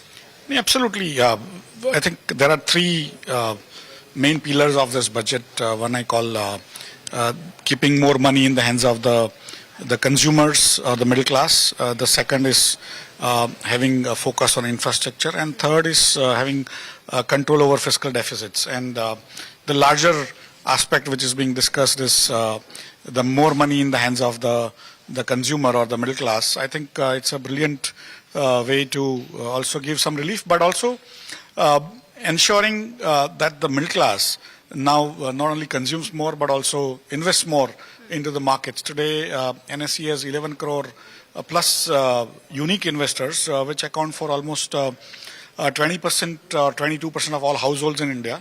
And out of 11 crore, almost 25% people are women. And so there is much more focus on investments. So large portion of this tax break which has gone into the hands of middle class will of course go into consumption, but that is also going to increase the profitability of some of these companies which work in those areas. But some of that amount which is available to the middle class is also going to come into the stock markets, because now literally the NSE has reached via mobile into every nook and corner. Only 30 pin codes out of 19,300 plus pin codes, only 30 pin codes do not have investors, and that's where I think overall this budget is going to give a great fillip to the culture of savings, but also culture of investment in the stock markets. We were talking about stock market, so there was no talks regarding the capital gains and STT. Do you think that is the reason why market hasn't really seen much highs after the budget? No, it's slowly, I think in some ways this was one of the shortest budget speeches of Honorable Finance Minister. This is our 8th consecutive budget and congratulations to her. I think this is a record of any sort for a consecutive number of budget presentation. But overall, many of the details which are usually spoken out during the budget speeches were not given, and then later on they started coming up like the capital expenditure expected and things like that. And so slowly people have come to terms with some of the this implications of those numbers, and that's where slowly you would have seen after the budget speech got over, the market has started going up, and today now again it has come into positive as we speak.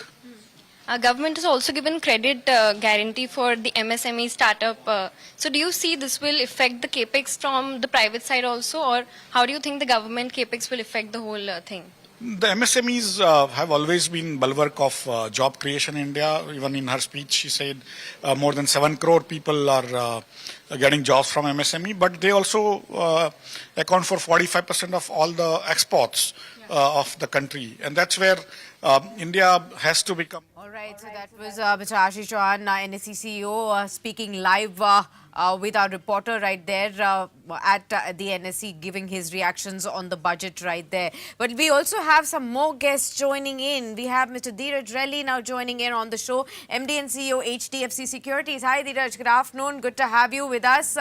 Tell us, has the budget speech been in sync with what you were expecting, or are there still a lot of asks that went unheard?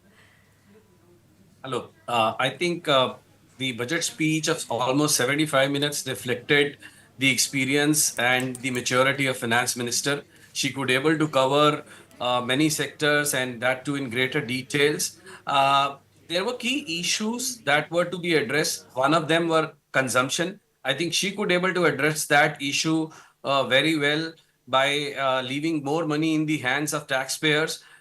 We've seen that there has been some slowdown in the GDP growth that was having an overhang on all industries, particularly on the consumption and discretionary space. So that's something very good measure. Also, she's touched on a MSME and tourism sector through Udan and Heal in India and many more initiatives. So I think overall, I believe this is a pragmatic and positive and very balanced budget. Dheeraj, and a very warm welcome. Balanced budget it is, and there seems to be, Sakshi, a lot of buying happening in all consumer related stocks. Look at Radico Khaitan, up 7% now, 23.34. Look at anything that is related to food. Devyani International, Bhikaji Foods, Zomato being the prime. Yeah, of course, both Zomato and Swiggy, all of them are gaining ground. And of course, we talked about the staple companies, which is Colgate, Britannia, Hindustan Unilever, Nestle. All of them are in fine shape. In fact, the Nifty's almost recovered a lot of its losses, now down just 11-12 points, 23,500 for you. And the intraday high was 23,611. We are at 2 p.m. An hour 30 left. Let's see how the market gives. Yes, disposable. I think, भाई रोटी कपड़ा के लिए हो गया, लेकिन मकान तक के लिए अभी तक नहीं हुआ है. तो I think real estate stocks are not doing well. So it's only food. I saw DLF at intraday high. Okay. Look at SBI cards. Yeah, 5.2% higher, 821. This is exactly what the consumption theme that we were talking about. Dheeraj, in terms of what your research team has thrown up at HDFC Securities after a quick take on the budget, what could be the broader themes which investors can address in terms of the long side in the next 1 week or so? So as of now, I think the knee-jerk reaction is coming on the more consumption stock, but I believe that the money that is left in the hand of the taxpayers will not only have an impact on the FMCG or a consumption space, it will have a wider impact on the discretionary space also. So discretionary space is something which includes tourism, healthcare, will also have a good positive impact. So overall, I think the key takeaway for me from this budget is that the government has a handle on the ground. They are well aware of the issues at the ground and they are willing to address the issues. I think that is very positive development.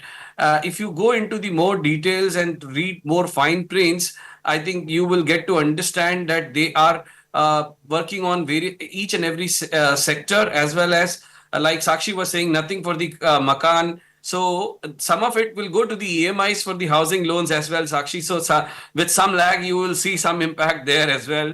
So what I am trying to just articulate here is that it's quite a balanced budget and has something for everyone. If you look at capital market space point of view, I think no tinkering with the capital gains or short term or long term or STT. I think these are steps in positive direction and are very pragmatic, give some continuity to the wealth and financialization ecosystem. Fair point. I think we need to also respect the fact that the budget is a macro document and addresses the medium to long term concerns of the economy and perhaps tries to kickstart a slumbering sector as it has done in the FMCG space and the auto space. Dheeraj, in this entire consumption basket, which is led by newbie companies like Zomato, like Swiggy, new listings like Bikaji, Devyani International, so on and so forth. What would be the top pick at HDFC Securities in this space? I would more go with the discretionary space rather than this consumption space. Consumption space is already, I think, whatever volume growth or a premiumization that has happened has happened. We are seeing some uptick in the rural rural consumptions. Urban consumption will take some more time. I would rather go for the discretionary sector rather than consumption as a space. Okay, and in discretionary, what would you be picking? I would refrain from talking about the stocks. I can give you a perspective on the macro and sectors level.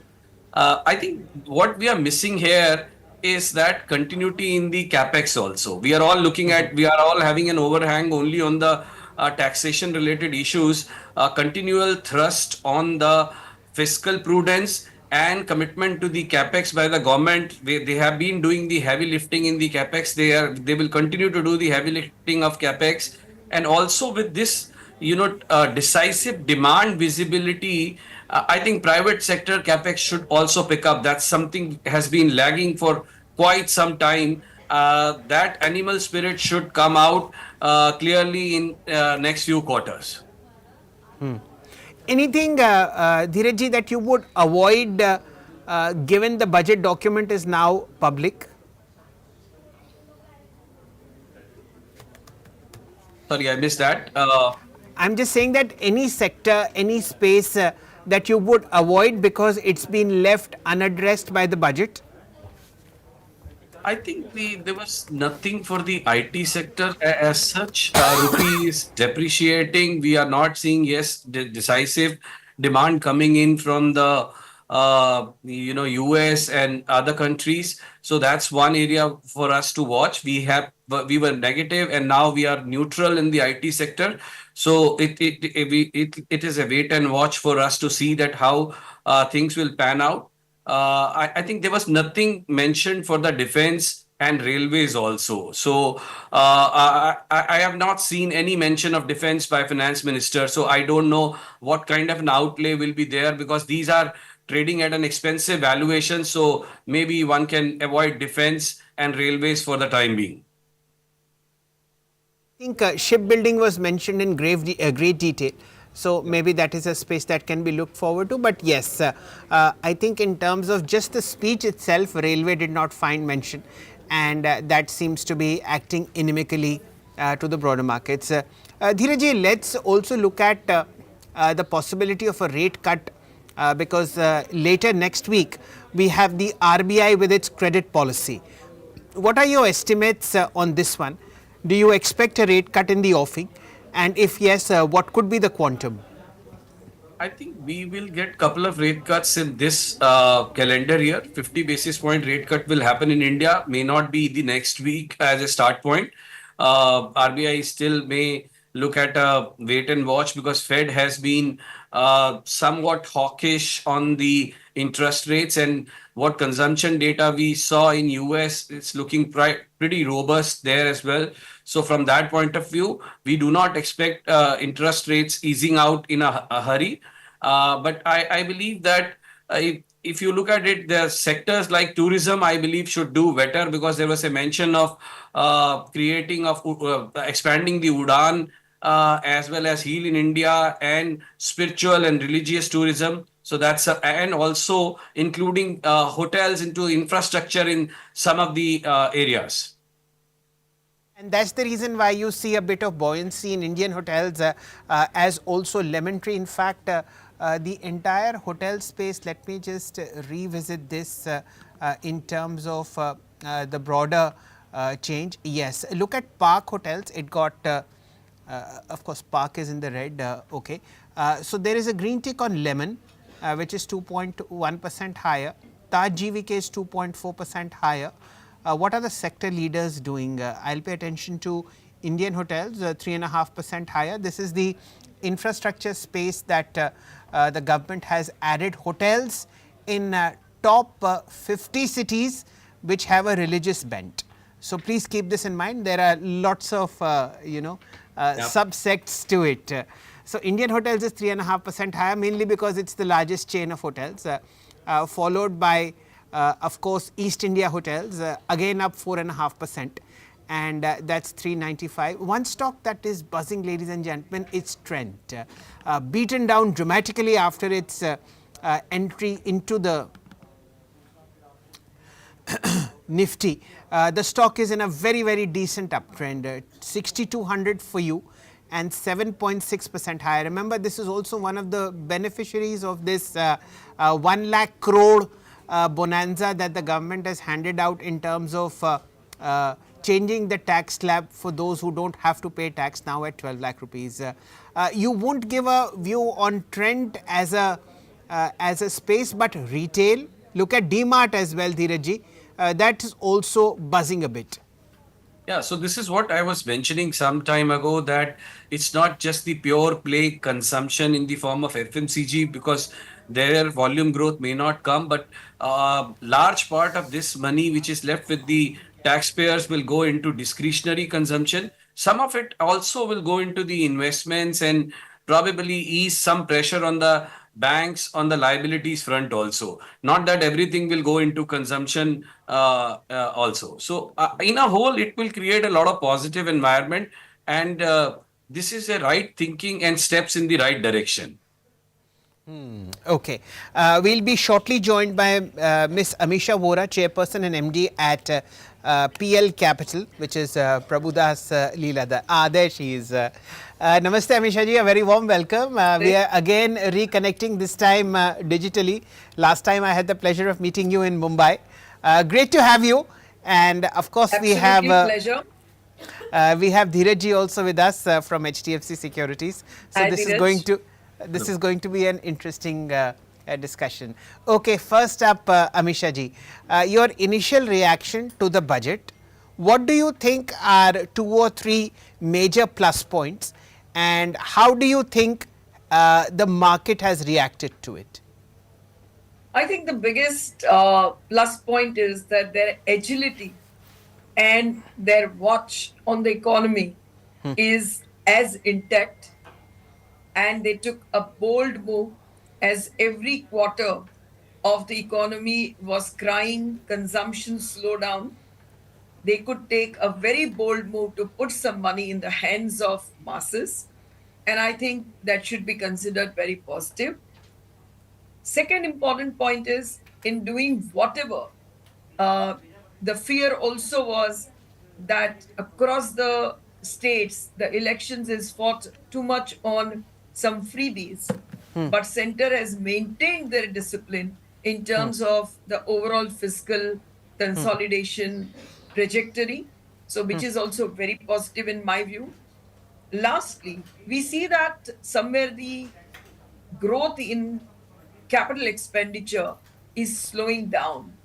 But I still feel that overall, consistently maintaining, but for March 25, because of the elections where there is a huge slowdown, but consistently maintaining that 11 lakh, 11, 12 lakh crore kind of a budget will continue to support the economy. So, all in all, I think that it was once again a very good budget. Fair point.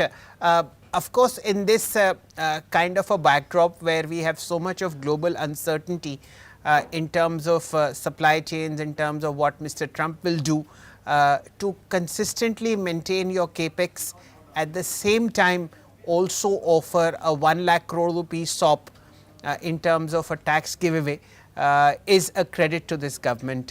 Dheeraj, coming to you, do you in terms of the PLI benefits that have come in on the electronic DMS space, is this a sector that HDFC Securities tracks? If yes, what would be the one or two top picks from that one?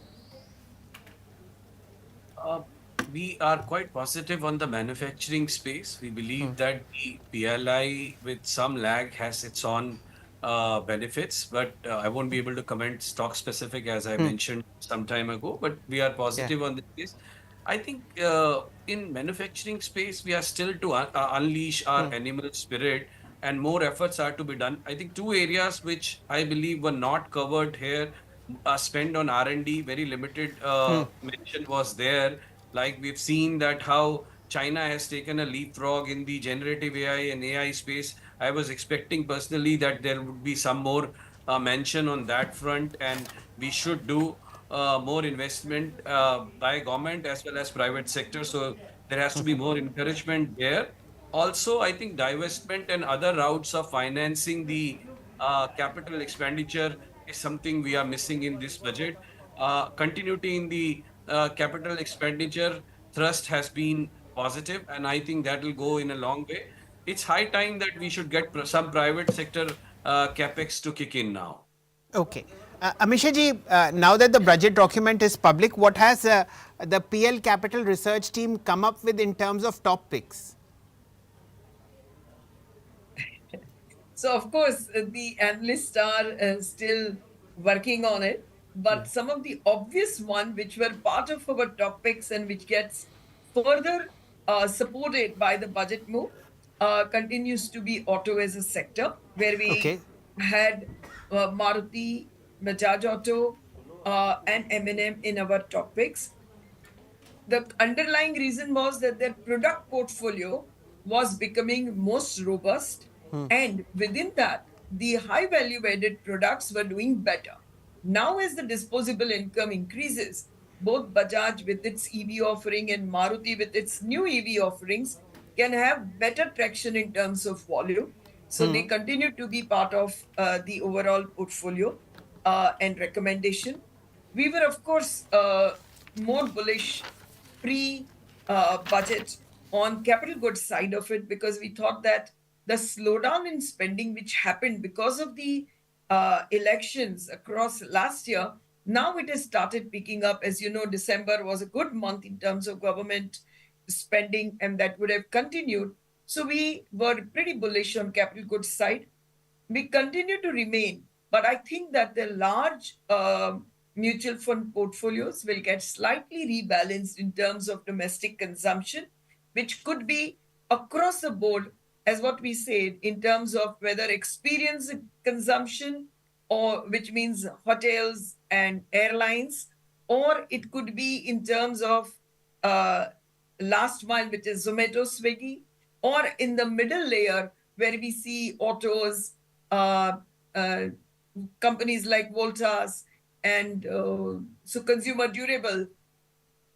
Entire basket, some of the stocks and companies which are having any which way good plans, I think will continue to remain in our portfolio.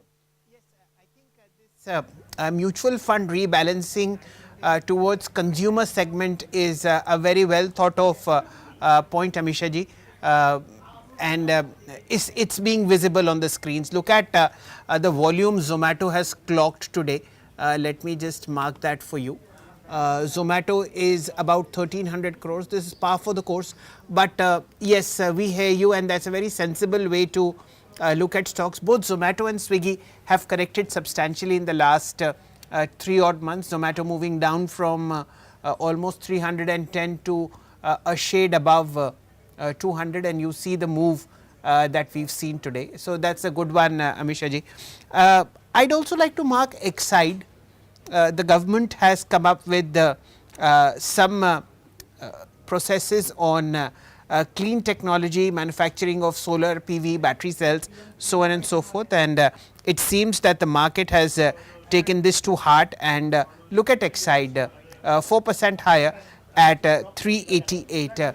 Dheeraj ji, in the ancillary space, the auto ancillary space, what would be in terms of stocks, the top picks at HDFC Securities? I don't want you to comment on the nature of the stock, but maybe just the name. No, basically, the discretionary sector is something we are positive now, and auto is one space. I was actually just coming from another event to office to attend this call, and happened to pass through a Maruti Suzuki showroom, and I can there were few buyers and they were celebrating. So that kind of an exuberance is there. Not that the immediate impact of the budget, but overall, leaving this money in the hands of investors will have a positive impact, as Amisha ji also mentioned about hotels and aviation sector. Similarly, on the auto sector as well. And also for the banks, they will lend now more, and they will also open up their purse for the unsecured space also, which was also, we've seen some tightening in there also. So that will lead to a even cascading impact in the overall consumption, and that will drive the auto sector also. And within the auto sector, then you will have all ancillaries. Having said that, you mentioned about the some soaps on the green side. My take is that the lithium batteries or investment into the green space is going to continue, and government will have to have a continuous thrust on the same. Everybody will buy second or third car as an EV, and we believe that this will remain as a mid to long term theme. जी धीरज जी, कुछ तो दया कीजिए. Second third car आप खरीदवा रहे हैं, parking space नहीं है दिल्ली में, आपके मुंबई में तो बिल्कुल भी नहीं है. देखिए, इंडिया में you cannot stop the growth. There are the aspiration of Indians has been driving the India, and I think if you look at everything which is more concentrated to within the economy facing, that's where the robustness will be there. Not so much on the exports, though she mentioned about the MSME and seafood export and many other areas. But having said that, we are still struggling to increase our exports significantly. But when it comes to economy facing, we should have a animal spirit coming out very clearly, and we should not stop here. I think this is just a beginning in this direction, and there will be more off the budget measures that will come to boost the consumption also. Okay, Amisha ji is so far above this conversation. Second, third car, she is looking at her 11th car. But nevertheless, let's get her into the conversation. In her opening comment, she mentioned Maruti as one of her top picks. Let me interrupt. I am thinking, if we make good roads, I might as well use a bicycle. I'm done with cars, by the way. I'm sure many people know that the distance between where Amisha ji stays and her workplace is bicyclable. So that's the reason why she says, but fair point. And I know of bicycles that are priced more than an entry level car. So I'm sure Amisha ji will favor that. But yes, I think health is something that is also favored in this budget, especially medical tourism. Look at how hospital stocks are reacting. I'll request the PCR to fire Medanta, Apollo Hospitals, Indraprasth Medical, and the likes of the other hospital chains. Amisha ji, this space, Hospital space is doing very well. Look at Max Health, look at Indraprasth Medical, and given now this tailwind that is coming via the budget, what would be PL's top pick here? Healthcare as a segment, and particularly hospitals, if you know, we have almost 8 stocks under coverage. Yes. And pre-budget and year before also, we've been consistently recommending this space with the rising, per capita, the awareness, be it in precaution or action, both ways, healthcare will continue to do well. And we continue to remain positive. And Aster DM is one of the stocks that we have been recommending very aggressively, apart from most of the others also, where we have a positive bias. And of course, many, in fact, all hospital chains have been showing a higher average revenue per operating bed over the last several quarters, and this has been one space where perhaps not much of profit booking has happened. So please now keep an eye out because of the tailwind in the budget, which intends to spend 25,000 crore rupees boosting not only medical tourism but also medical college infrastructure. If you look at the last 10 years, the government has added about 1 lakh medical seats across the country. Hotels doing very, very well. I think you will have a digit change today in Indian hotels. It will go past 800. So that is something to look at. Amisha ji, M&M, the third stock that you mentioned in your top picks is also almost 3100, 3.5% higher. A very strong EV portfolio on M&M. Amisha ji, how does this stock look at 3100? No, I think the continuous focus, the revised focus of the management and the kind of portfolio of vehicles and the pipeline that they have, I think the stock will continue to do well. And most importantly, while their PV portfolio and the car, but passenger vehicle portfolio is doing better, heartening is that their agriculture equipment portfolio is not doing so bad, then the growth there is also maintained. So both put together, the stock continues to do, the numbers continue to turn out to be good, and we continue to remain still bullish on the stock. Okay, the Nifty is back in the green, ladies and gentlemen, and how? 38 points higher, 23,550 is back on the board. Remember, it went all the way down to almost 23,400, and from then, actually 23,300, and from then on it's a slow but steady recovery, up 250 points from an intraday low, and is now most likely to scale a fresh intraday high. We had 23,632 in the morning.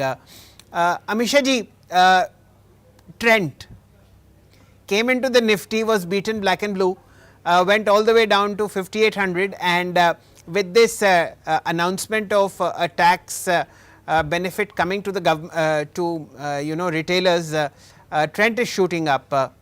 Is this also in your coverage? This is not under our active coverage, but this being such a one of the key jewels like Titan of the Tata Group, we know the broad story, and I believe that their newer format of Zudio has been doing so well.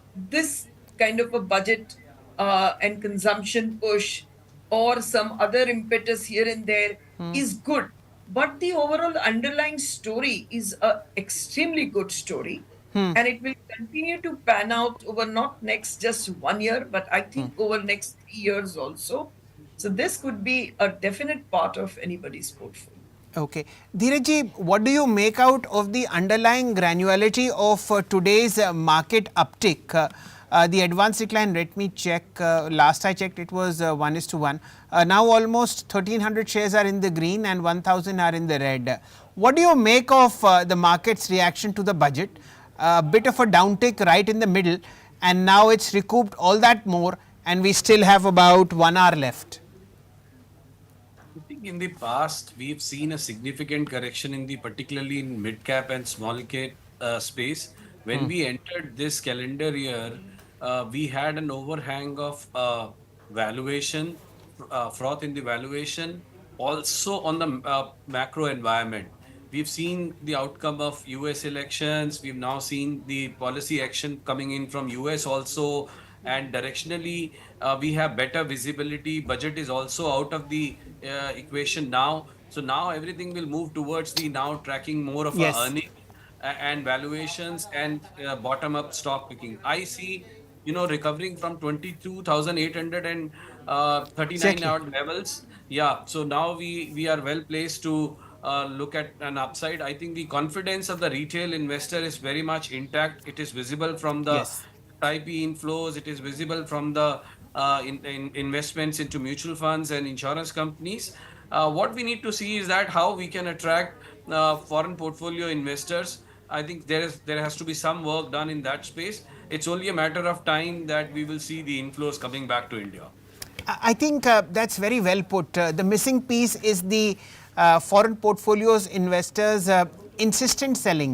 Amisha ji, you've been in the market for a very, very long time. How do you see this,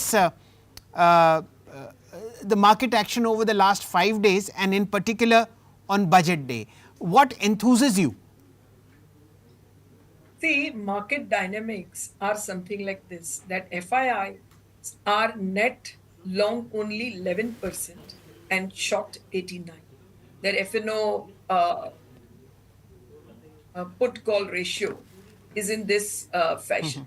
So, which means that from here on, they cannot consistently go short or hedge their portfolio.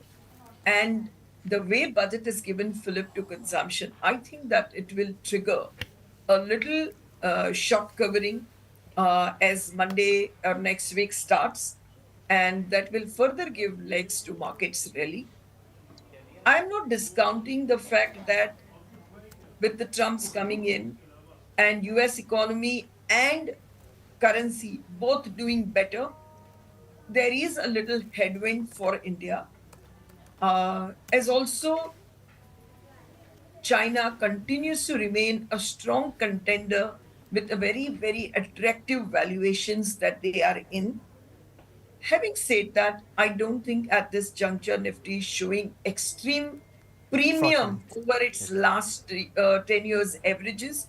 And I don't see a big threat of any large correction. Of course, with the slowdown in capital expenditure which happened last year and the consumption slowdown, numbers are and credit growth numbers were all taken a little backseat. But I think that on a base level, as we will see over the next 3 quarters, we will start even getting support from that. So I continue to remain moderately bullish. Right. With that, Amisha ji and Dheeraj ji, thank you so much for your time. And we all look forward to the Mercedes cycle that Amisha ji will be buying and posting it on her Twitter feed. Thank you for your time. Perfect. Thank you. As good as a time as any to welcome my very dear friend Shri Vijay Kedia, MD at Kedia Securities, and also one of the best participants in the market. Namaste Vijay ji, आपका बहुत बहुत स्वागत है और बताइए क्या देखा budget में, कहाँ सा तीर निशाने पे लगा और कौन सा ऐसा तीर जो समझिए निशाने से चूका? नहीं, ऐसा है कि मेरे को बजट के पहले बहुत ज्यादा कोई एक्सपेक्टेशन नहीं थी, तो बहुत ज्यादा एक्सपेक्टेशन नहीं रहती है तो आप फिर हमेशा मजे में रहते हो कि जब हमको कोई आकांक्षा ही नहीं है तो फिर हमको क्या सोचने का है।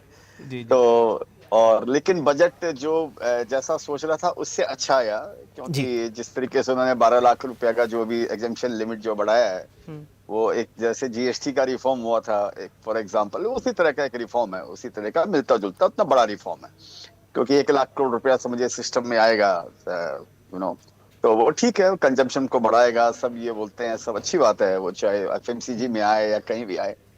लेकिन मेरे को क्या लग रहा है कि अपने इतनी बड़ी जो इकोनॉमी है ना, जो सर $4 ट्रिलियन की इकोनॉमी है, उसके अंदर में ये जो आया है और जहां पर हम आज खड़े हैं और जिस गति से हम बढ़ना चाहते हैं और जिस गति से हमको बढ़ना चाहिए, हम बात बात में बता देते हैं कि चाइना से कंपैरिजन कर देते हैं, बोल देते हैं कि मोस्ट क्या rapidly rising economy, fastest rising economy हमारी है।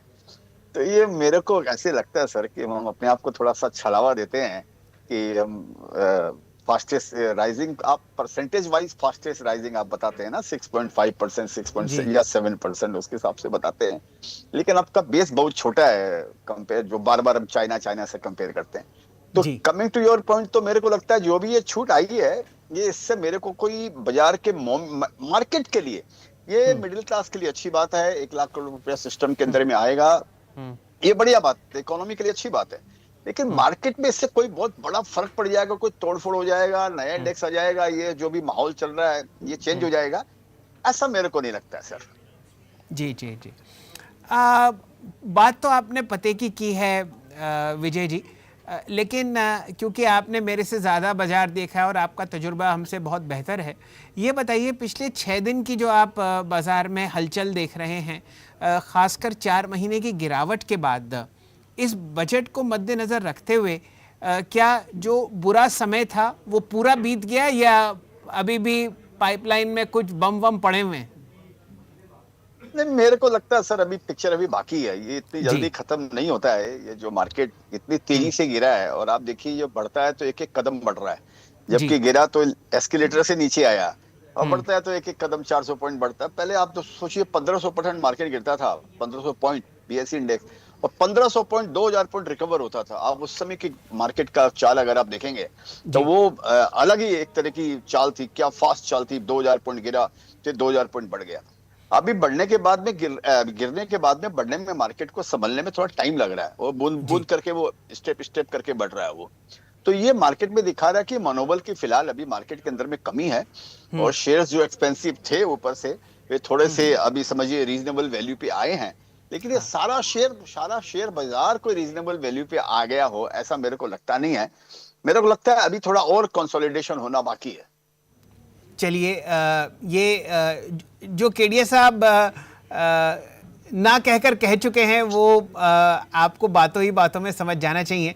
बहुत अच्छे गायक हैं और बहुत अच्छे शायर भी हैं, तो उस तरीके का भी जायका आपसे लेते हुए दिखेंगे। विजय जी ये बताइए, पिछले 3 महीने 4 महीने में आपने कहीं अपने जो पोर्टफोलियो है उसमें कुछ काउंटर्स को नमस्कार किया हो, जहाँ पर वैल्यूएशंस बढ़ गई हों उनको ट्रिम किया हो, या कुछ नई चीज़ ऐड करी हो, तो उसका जिक्र कीजिए। नहीं, मैंने कुछ मेरे जो शेयर्स हैं कुछ जो मैं उनमें थोड़ा सा मैंने ट्रिम किया है पिछले 1 महीने में, 30-40 दिन में समझिए, कुछ मैंने उसमें जरूर मैंने ट्रिम किया है। और पूरा करने वाला बजट, ये हर भारतीय के सपनों को पूरा करने वाला बजट है। हमने कई सेक्टर्स युवाओं के लिए खोल दिए हैं। सामान्य नागरिक विकसित भारत के मिशन को ड्राइव करने वाला है। ये बजट एक फोर्स मल्टीप्लायर है। ये बजट सेविंग्स को बढ़ाएगा, इन्वेस्टमेंट को बढ़ाएगा, कंजम्पशन को बढ़ाएगा और ग्रोथ को भी तेजी से बढ़ाएगा। मैं वित्त मंत्री निर्मला सीतारमण जी और उनकी पूरी टीम को इस जनता जनार्दन का बजट, पीपल्स का बजट, इसके लिए बहुत बहुत बधाई देता हूं। साथियों, आमतौर पर बजट का फोकस इस बात पर रहता है कि सरकार का खजाना कैसे भरेगा, लेकिन ये बजट उससे बिल्कुल उल्टा है। लेकिन ये बजट देश के नागरिकों की जेब कैसे भरेगी, देश के नागरिकों की बचत कैसे बढ़ेगी और देश के नागरिक विकास के भागीदार कैसे बनेंगे, ये बजट इसकी एक बहुत मजबूत नींव रखता है। साथियों, इस बजट में रिफॉर्म की दिशा में महत्वपूर्ण कदम उठाए गए हैं। न्यूक्लियर एनर्जी में प्राइवेट सेक्टर को बढ़ावा देने का निर्णय बहुत ही ऐतिहासिक है। ये आने वाले समय में सिविल न्यूक्लियर एनर्जी का बड़ा योगदान देश के विकास में सुनिश्चित करेगा। बजट में रोजगार के सभी क्षेत्रों को हर प्रकार से प्राथमिकता दी गई है। लेकिन मैं दो चीजों पर ध्यान आकर्षित करना चाहूंगा। उन रिफॉर्म्स की मैं चर्चा करना चाहूंगा जो आने वाले समय में बहुत बड़ा परिवर्तन लाने वाले हैं। एक, इंफ्रास्ट्रक्चर स्टेटस देने के कारण भारत में बड़े शिप्स के निर्माण को बढ़ावा मिलेगा। आत्मनिर्भर भारत अभियान को गति मिलेगी। और हम सब जानते हैं कि शिप बिल्डिंग ये सर्वाधिक रोजगार देने वाला क्षेत्र है। उसी प्रकार से देश में टूरिज्म के लिए बहुत संभावना है। महत्वपूर्ण 50 टूरिस्ट डेस्टिनेशन, वहां पर जो होटल्स बनाएंगे, उस होटल को पहली बार इंफ्रास्ट्रक्चर के दायरे में लाकर टूरिज्म पर बहुत बल दिया है। इससे हॉस्पिटैलिटी सेक्टर को, जो रोजगार का बहुत बड़ा क्षेत्र है, और टूरिज्म जो रोजगार का सबसे बड़ा क्षेत्र है, एक प्रकार से चारों तरफ रोजगार के अवसर पैदा करने वाला एक क्षेत्र को ऊर्जा देने वाला काम करेगा।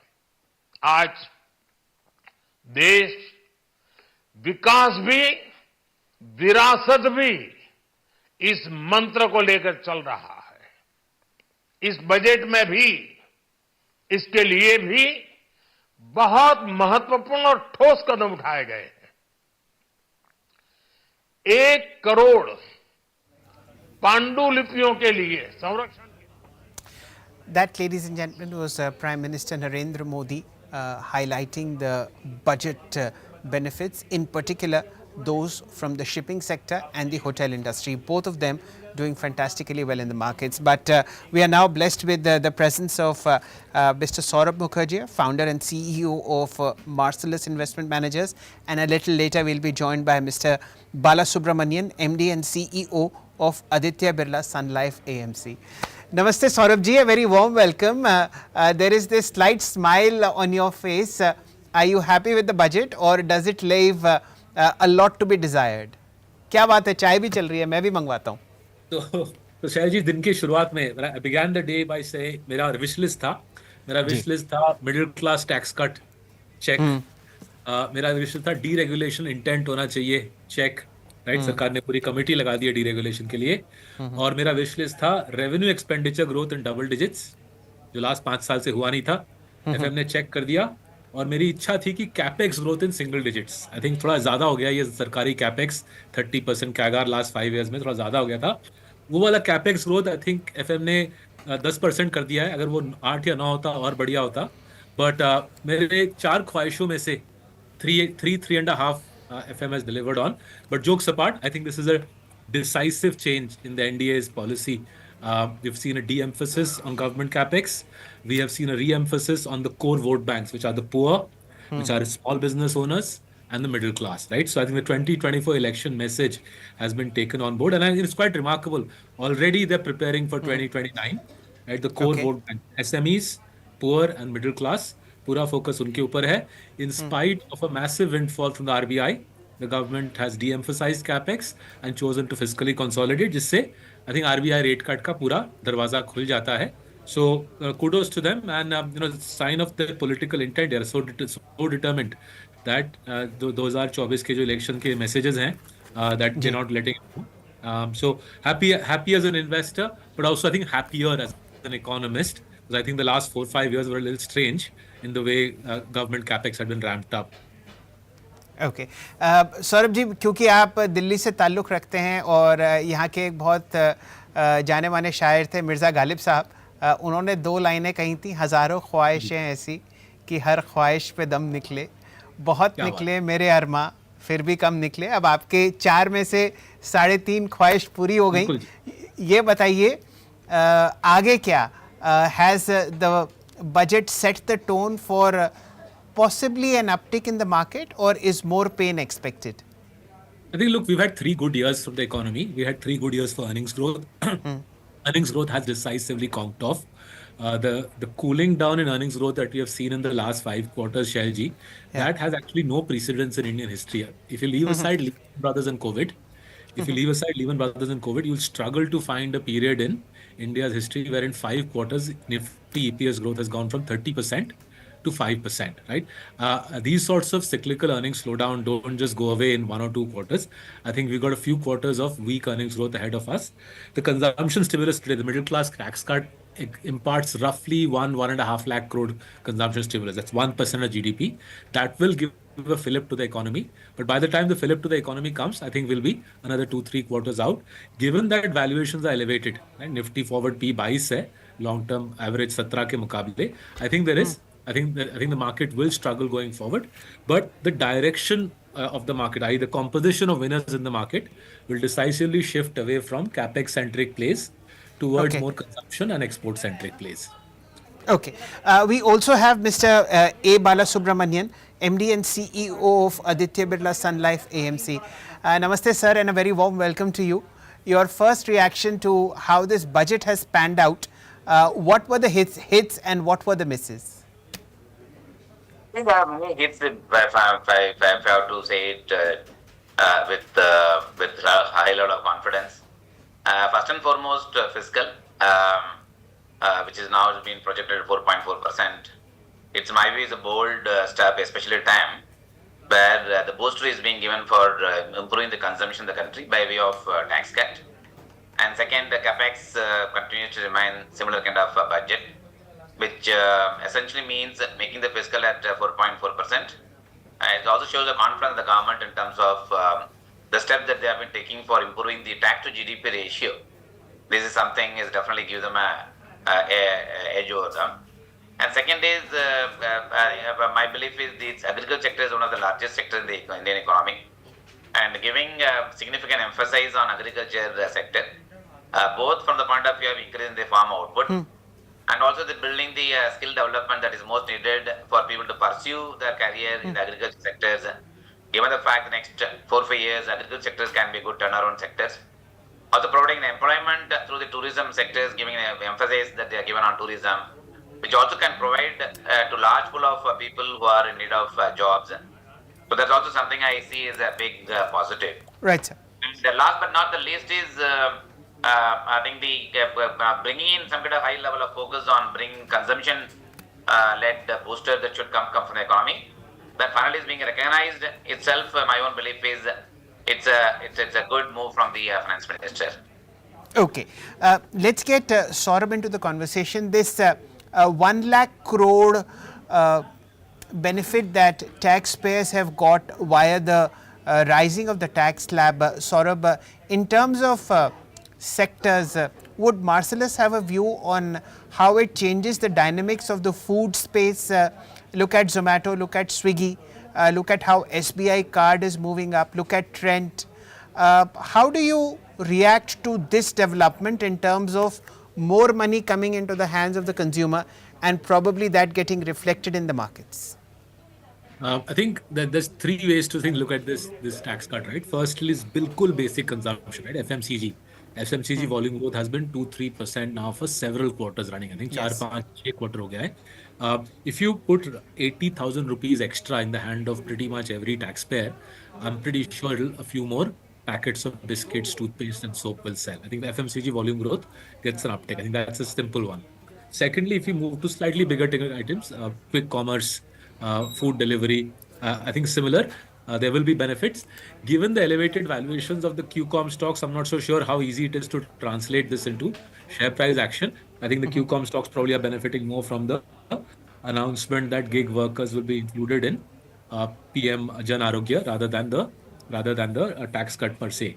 Third is we come to sort of consumer discretionary, जिसको बोलते हैं, right? So apparel benefits trend is a big part of our portfolios. We are happy to see trend do well, but I think one level higher is I think perhaps even more meaningful.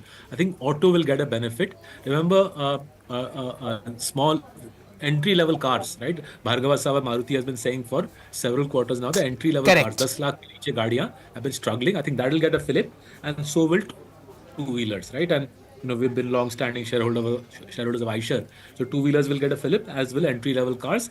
We don't own Maruti, but it's easy to understand why Maruti will be a significant beneficiary here, right? So FMCG में Tata Consumer हमारे portfolio में है, consumer discretionary में we have Trent as a play on that, and then slightly upwards Eicher Motors, both as a play on the two-wheeler space reviving, and also as tractors. Tractor demand was already pretty healthy, but the pro-farming aspects of the budget, the oil seed mission, the pulses piece, the irrigation facilities that the FM spoke about, should also help the farming sector. So overall, I think consumption and non-urban consumption, including non-urban consumption, should get a nice fillip. And the post-COVID ravages that we had seen,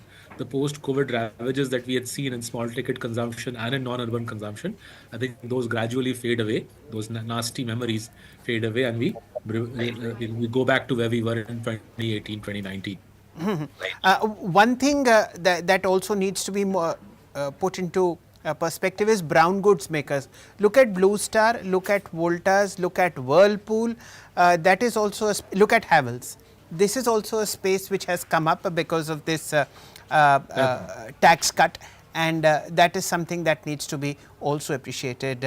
Bala sir, coming to you, a rate cut later this week, later next week? Yes, some of this is the monetary policy.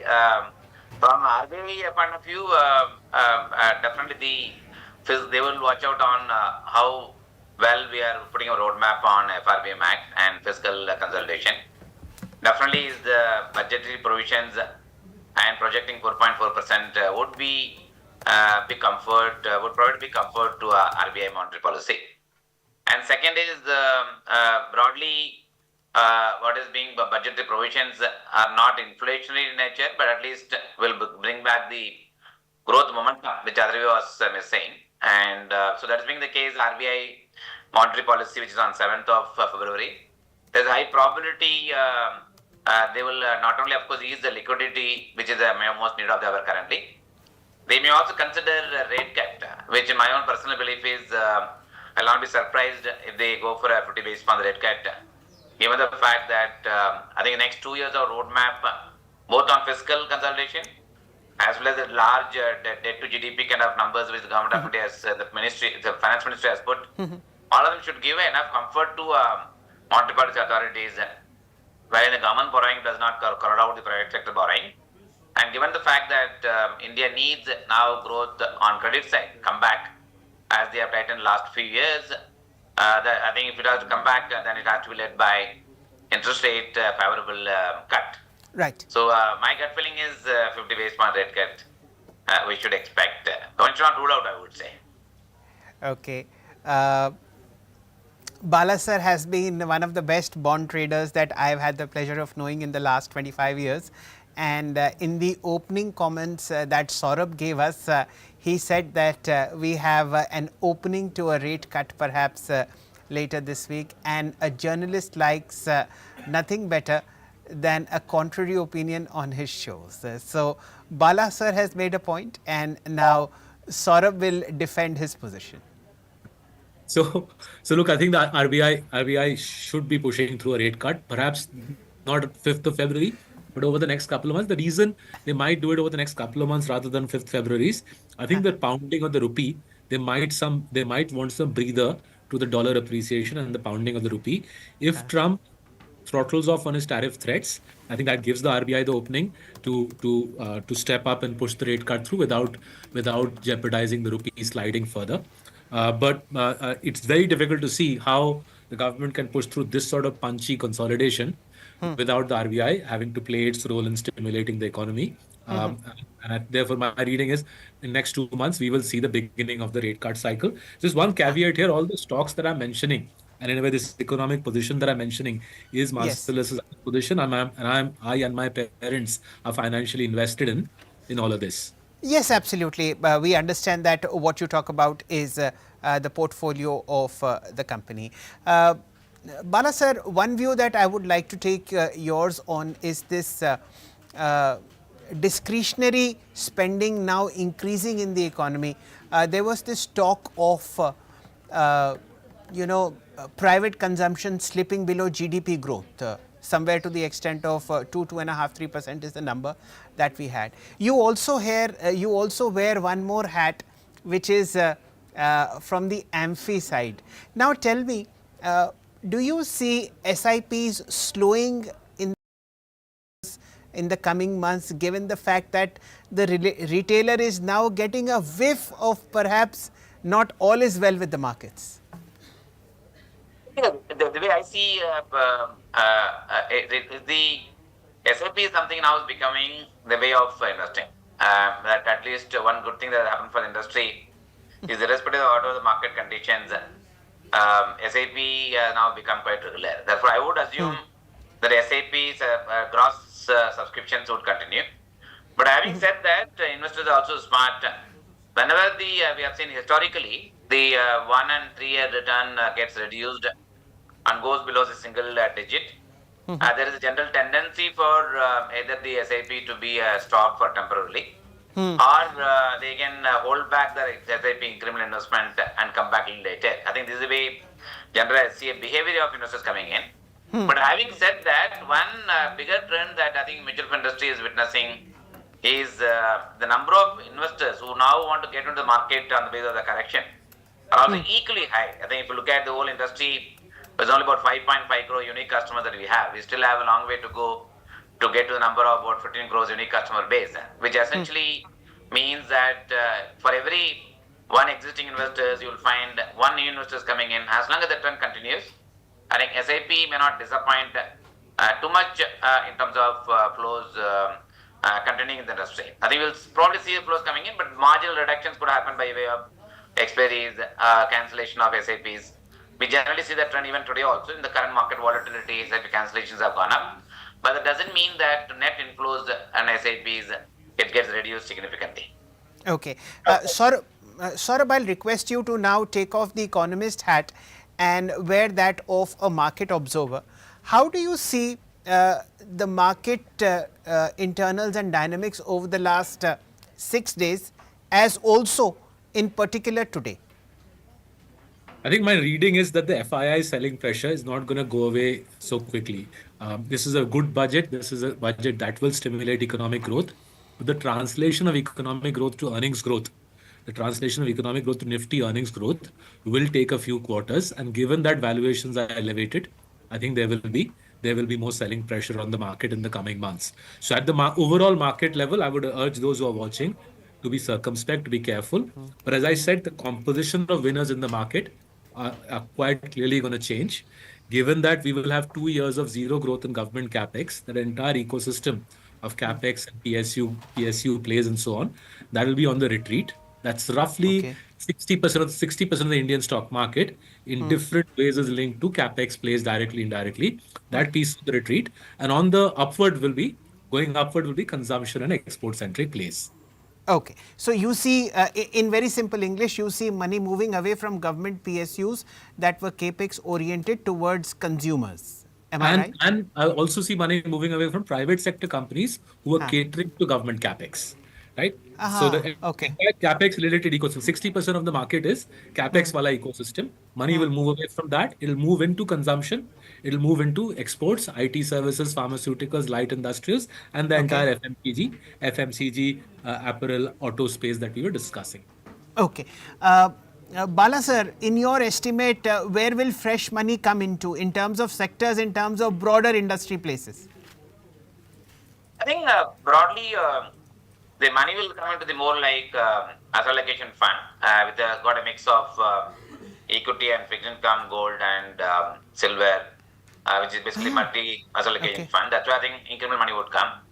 When it comes to the question of market, clearly if you look at the financial sectors have taken 2-3 years of consolidation, and valuations have become relatively at comfortable positions. With the rate cut expectation from RBI may also be more favorable for banking system to get revived. I would assume the banking and financial sectors which is somewhat of benefit. I think consumption-driven companies again have gone through 2.5 years of pain period. We should see some sort of bounce back coming in the sectors. Valuation is again favorable. At any kind of uptick can only lead to the incremental volume growth coming in for them, so they're more favorable. I think sectors like real estate, Nikis have been one of the sectors where the government also has given reasonably good push.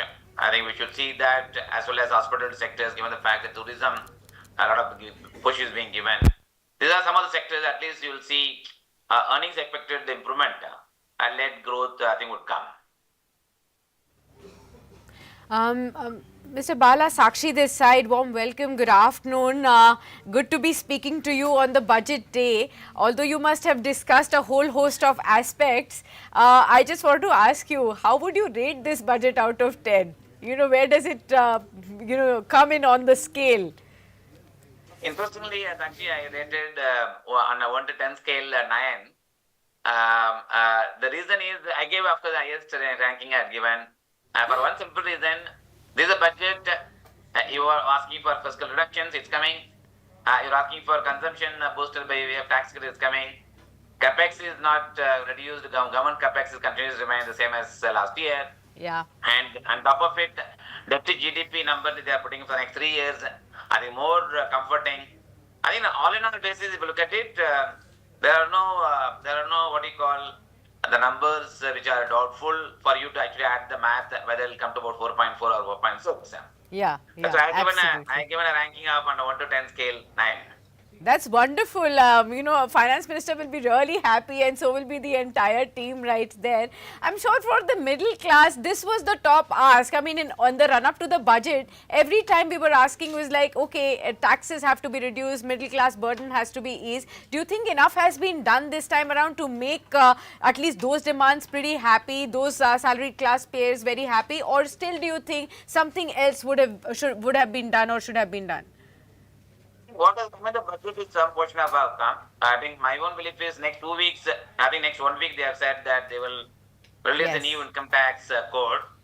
So as this budget is focused more on ease of doing business, making it more easier for doing a KFC and other stuff they have mentioned about the budget, I would assume even the income tax code when it's being released, you will find some kind of positive surprises by way of various surcharges that's being taxed and so on and so forth, may get revisited. Therefore, it will become more simplified tax structure, which may get released in the IT document they are going to present. I will also not be even surprised. Anything related to the capital market, there has not been any mention about the capital gain tax. There is a high probability capital gain tax related surcharge and other things that may also get revisited in the income tax, the revised note that they are going to present next 1 week time. So I would assume, I think they are doing a lot of stuff outside the budget. With respect to the taxes, which is biggest tax is about GST.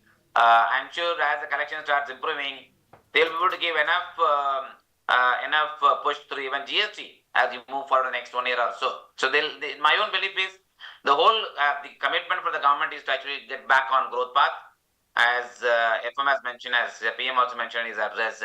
Clearly, I think what is most push that is being given is to ensure that our growth is back on track.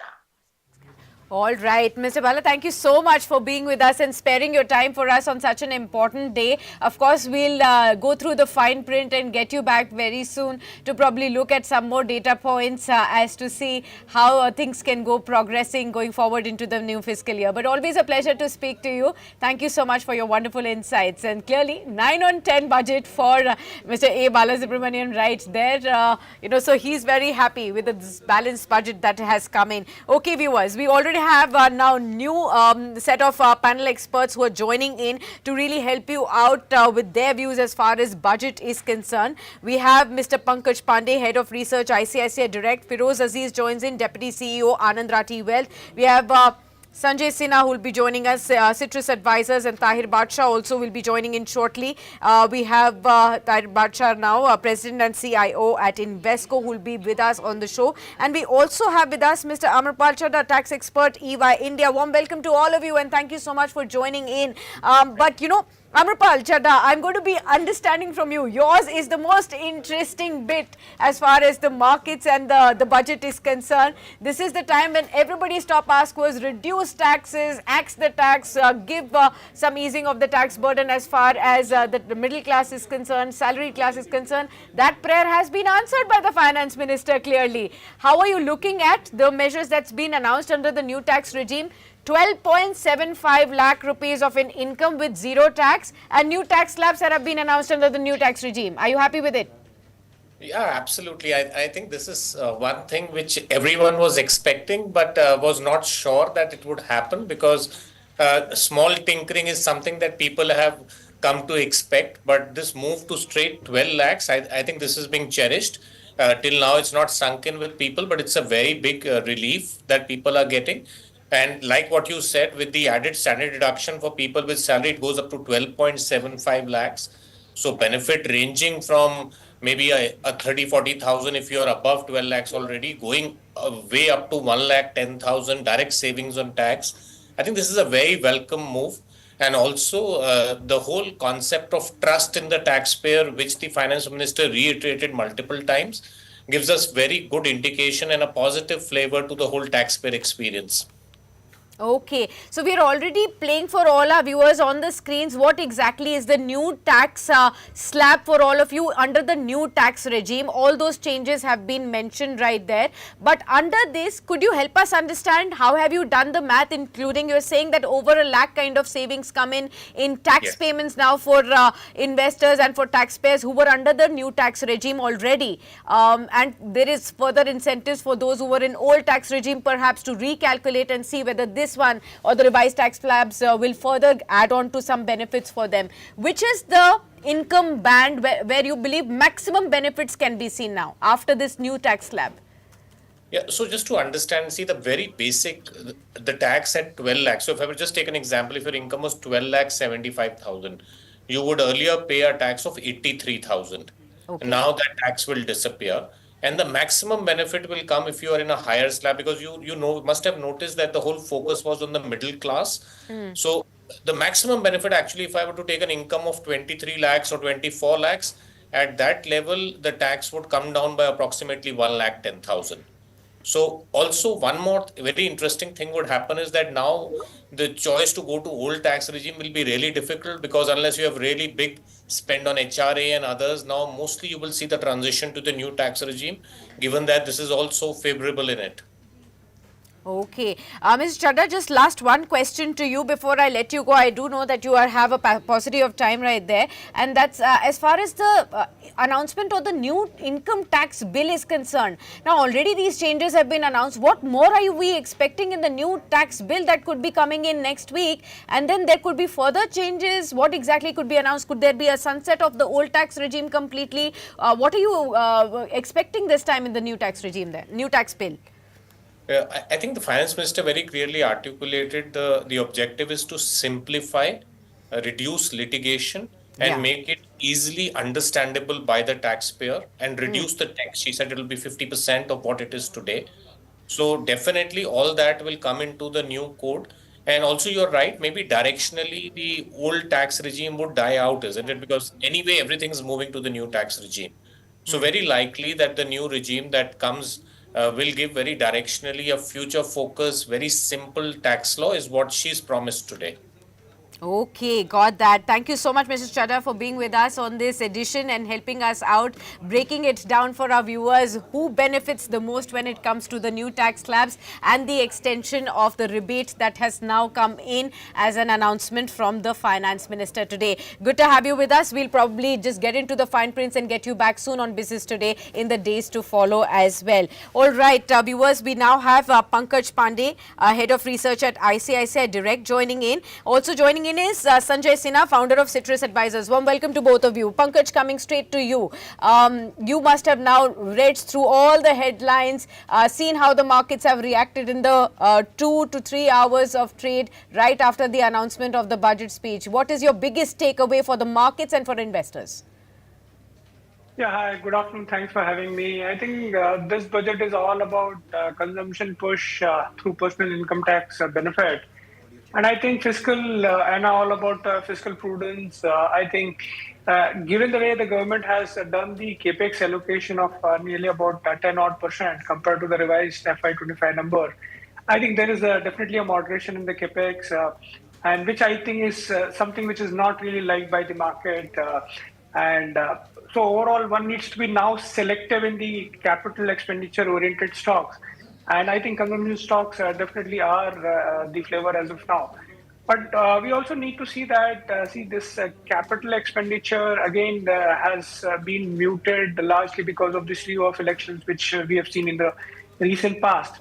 So on the lower base, I think probably the overall push or the overall allocation might not look higher, but even then our sense is that it is still a decent allocation, but definitely not the kind of one one would have expected, because see, capex as a template has been the hallmark of this government for quite some time. So I think this is the first time we are seeing a bit of a change or tweaking in that template, and which is why one set of stocks or capex oriented stocks are not really doing well in the market. But having said that, we still need to see the fine print and also the comfort from the government that in case if we are able to spend these kind of a number, whether the government will be willing to accommodate further expenditure or not. I think that is where probably we need to see and wait it out for. But as of now, it is all about consumption and fiscal prudence. Right. It is all about consumption. And the fact that those in the incomes of above 15 lakhs or so will also be getting this benefit of a 12 lakh rupee, how should I say, non-taxable income. And that's the reason why you see many discretionary stocks also doing very well. We have the pleasure of welcoming Mr. Sanjay Sinha as well, founder for Citrus Advisors, and a very, very long-term watcher of the markets. Namaste Sinha Saab, my first question to you. I am sure this is your 35th budget in succession. Is it more? Yeah, it would be. Right. And I'll start with an unusual question to you. Sir, a lot of things have been done for the budget, in the budget for the state of Bihar. I'm sure you are very happy being from Dhanbad yourself. No doubt. In fact, one thing which has been interesting in the last 3 budgets have been the mention of Bihar and Andhra Pradesh. And in fact, in this budget, Bihar had the unique distinction of being the only state mentioned repeatedly in the budget, and that has invited a lot of attention. Some of my friends have actually messaged that I should seriously look at relocating back to Bihar. नहीं, आप मुंबई में ही ठीक हैं. Budget में अब कहलवा दिया दिल्ली वालों ने आपके लिए, अब इससे ज़्यादा क्या कीजिएगा. We have another common friend who's from Bihar. He was equally enthused with the mention of the state in the FM speech, and I'm sure good things are in the pipeline. It's just a matter of convenience and luck that the elections in Bihar are due. Otherwise, there was no reason for them to be mentioned. With that background in mind, Sanjay ji, tell us the hits and misses. What, according to you, the budget addressed very well, and what possibly was left unsaid? Okay, so I guess, if I look at just the budget speech, because, I haven't had the time to go through the entire finance bill, and the devil will lie in the detail in the finance bill. So I guess in the budget speech, there are a couple of things which addresses the issues in the short term, and there are some of the issues which are being addressed in the medium to long term. I think what is being addressed in the short term is now being very widely discussed. The slowdown in urban consumption was something which was a matter of concern. And the fact that, now the tax relief has been given, most of the salaried people will be in the urban centers. So therefore, it is logically expected that this will give a fillip to consumption.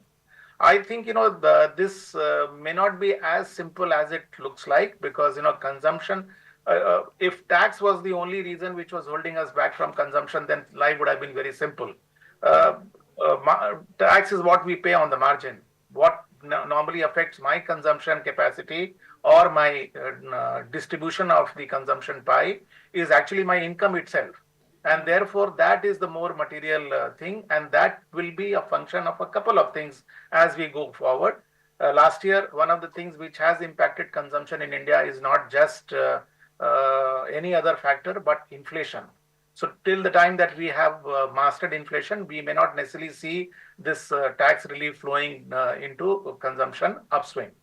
But having said that, we do need to acknowledge that the announcement is very bold, and therefore at least it addresses the here and now or the more immediate issue. I think what is more important that the budget is all about, and I think these are the issues that the budget addresses in the medium to long term. If there is a serious intent to build India into a manufacturing hub, then one of the things that we need to put into place is ease of doing business. I think repeatedly in the budget speech, if I go by just the speech itself, the finance minister has made a number of announcements which seem to indicate that there is a serious intent on the part of the government to make the conduct of business easier now than before. So whether that be in terms of the trust between the taxpayer and the tax authority, whether in terms of simplification of the TDS and TCS process, or the sheer announcement that the new tax code will be placed in the next week, and that will be significantly lower in terms of volume of words and chapters to deal with.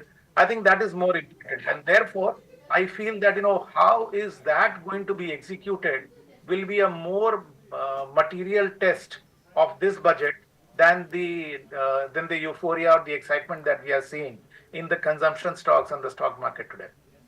Okay. Pankaj, I know we have to let you go, but very quickly, in 30 seconds, if you could tell us what do you expect on the Nifty now post the budget this year? Is it going to be good?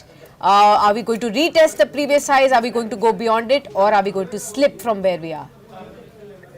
As of today, it's a sort of a non-event, but our sense is that possibly since the capex is going to be slightly less intensive, so overall, possibly the revival in growth might sort of get delayed, and which is why, while I'll not be surprised if the market touches new high, but not the levels of 28,000 which we had predicted at the beginning of this year. With that, Pankaj, I think you would deserve a very, very big party in Delhi if we are able to reclaim even our previous high, which is 26,000. More than welcome, sir, to claim that party. Let's hope that happens fairly soon. There are a lot of discontent and pain in the market. Right. We'll take Sanjay sir's view on this. Post this budget, Sinha Saab, is there a pivot in your mind in terms of where fresh money will be allocated, or is it par for the course? No, so therefore there has been a significant amount of under ownership in consumption oriented stocks, and in fact if you look at the index performance also in calendar year 24 or even some period before that, there will definitely be some shift in the new allocation that will now go to consumption oriented stocks. While this is going to be happening, I hope that people will also be paying attention to the valuations at which they will be picking up stocks.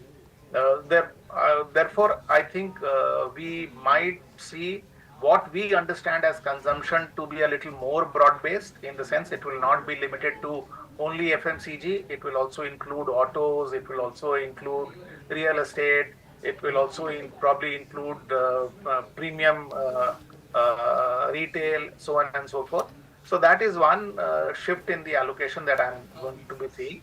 Second is that, in close to about 500, 600 results which have come out till now, and when we have looked at the top 1,000 stocks in terms of market capitalization, in terms of their Q3 performance, what I did was that, I divided this entire spectrum into 4 major boxes.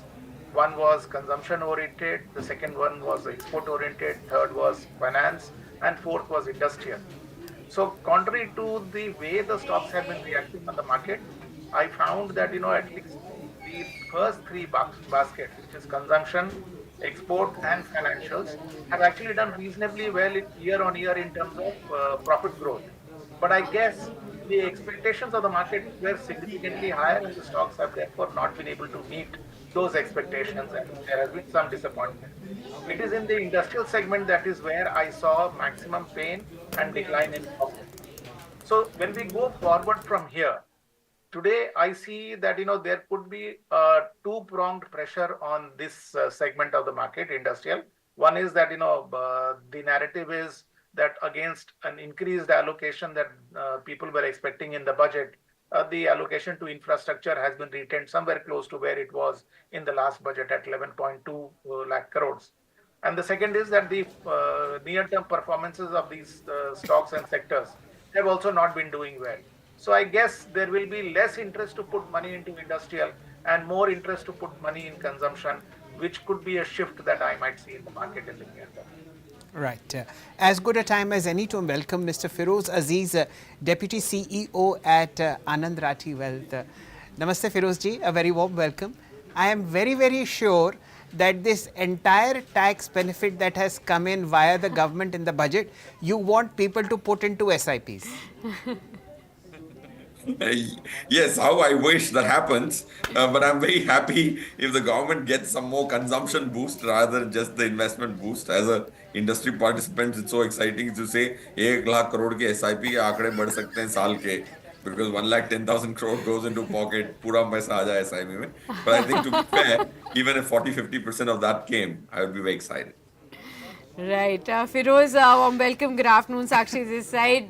Tell me, what were you all expecting? And has that all come into the budget, or is there still some thing left out of the budget to be done by the government now? I think, see, my expectation over the last few interactions I've had with media or with clients, one was consistency, simplicity. Let me touch upon what they've done on these two counts. Consistency, the fact that there is a direct tax code coming in, there's no capital gain tax ki any baat is a very, very good thing. Second, simplicity they have already simplified TCS and TDS, which is very good. They've simplified remembering tax slabs. जिंदगी में I have not been able to remember tax slabs क्योंकि बार-बार बदलते रहते 5 लाख तक tax free फिर 5.5 lakh now they've made it 2 multiplication tables 4 के table में 4 8 12 16 20 24 those are slabs tax rates are 5 के table 5 10 15 20 25 30 so now unless they again tweak it at least I can say confidently that मुझे याद है और कोई भी आम इंसान को याद रह सकते हैं. That's the second part of simplicity. Third, she said, I'm going to eliminate half the provisions in the next 1 week, which I think is going to be a great news. So I think simplification was done, consistency was done, rectification of different asset classes were not done. Okay. Feroz, staying with you, in terms of fresh allocations, what would you advise existing investors who want to put in fresh money into mutual funds and new investors who are coming in, how to make their portfolios keeping this budget in mind? I personally think if you're a fair human being, then this is advice only for fair human beings who expect the right things. If you're ready to weather the volatility of 5-7% here or there, and broader markets of about 8-10% here or there, there's a quite large likelihood that at a discount of 8% you see from September, 6 months of time correction, and an 8% broader market, nifty correction, and a broader market correction of almost 11-12%, I would surely buy into it. Why would I buy into it? Is because the kind of capital expenditure we are seeing, 11.2 crores, 11.2 lakh crores, is a reasonable capital expenditure, and they're actually meeting it and actually spending it. And if I have to give some context to this number, because 11.2 crore, 11.2 lakh crore भी बड़ा है, 3 लाख करोड़ भी बड़ा होता है, तो इसको context में डालूं तो पहले मोदी जी के मोदी 1.0 में 12 लाख करोड़ 5 साल में खर्च हुए थे capital expenditure. Now we are speaking 5 साल का काम 1 साल में हो रहा है, वो भी दूसरे साल भी उतने का उतना. So this will be the third year where our budget is above double digit lakh crores. And कोई भी देश देख लें is dunya mein. They've gone into a different trajectory of becoming a developed country. It is always preceded by huge infrastructure and capital expenditure, and that's one thing which they've been steadfast on. Okay, they're spending one thing which I didn't understand, or I'm still trying to comprehend. They're trying to spend 2,33,000 crores, 211 crores on home affairs, which is a 68% growth, which is hurting me. And they're spending only 9% growth on education, which is not so. 1% growth on education and 68% growth on expenditure of home affairs is not, for a country which is so young, like 29 years of average population, is not making sense. Got that. Okay, so Firoz, tell me, post the budget, does anything change by way of investment strategies for retail investors, or should one just stay the course? You were with us, at the beginning of the new year, and you were suggesting some funds and schemes that one could look at in terms of their diversified portfolios. Is there a need to add any thematic fund? Is there a need to alter that, or put some additions looking at where the government is looking into the direction now? Yes, Shakshi, if you recollect that day, I said that the problem is not with Nifty. The broader market is skating a little on thin ice. Yeah. Now that broader market correction is, to my mind, behind us. If you dissect the broader market fall of becha kisne, right? And after some research, I figured out that becha na to FII index fund FIIs ne nahi becha. These short-term FIIs, ARB funds, hedge funds have sold brutally. There were 38 companies where these FIIs had doubled their shareholding. They have sold it, and all of that is already emptied. That's one information I'm giving you. In my opinion, these short-term FIIs have emptied their small cap portfolio. So broader market may not be into a pain because there will be a sharp pain in a short span of time. So you don't have to worry as much as you would worry if the markets fall like this. 32.9% is the growth in earnings for the 80 companies in the mid-cap space which have declared results out of 150. People are not speaking about it. 32.9%. वो 80 कंपनियों ने last year same quarter में 77.86 rupees कमाया था, और इस साल 103 रुपए 50 पैसे कमा चुके हैं. Of course, there are 70 more companies to declare results, but broader market fall is almost over. 8-10% falls here or there is not something which I can surely not guess. Of course, LG can, because he's always got it right. Okay. We'll discuss this in person. I'm coming to Mumbai. I'll come and say hello to you in your office. Thank you so much, Feroz ji. It's a pleasure listening to you. And in the same breath, ladies and gentlemen, we've kept the best for the last. Joining us is Mr. Tahir Badshah, President and Chief Investment Officer at Invesco Mutual Fund. Namaste Tahir ji, and a very warm welcome to you.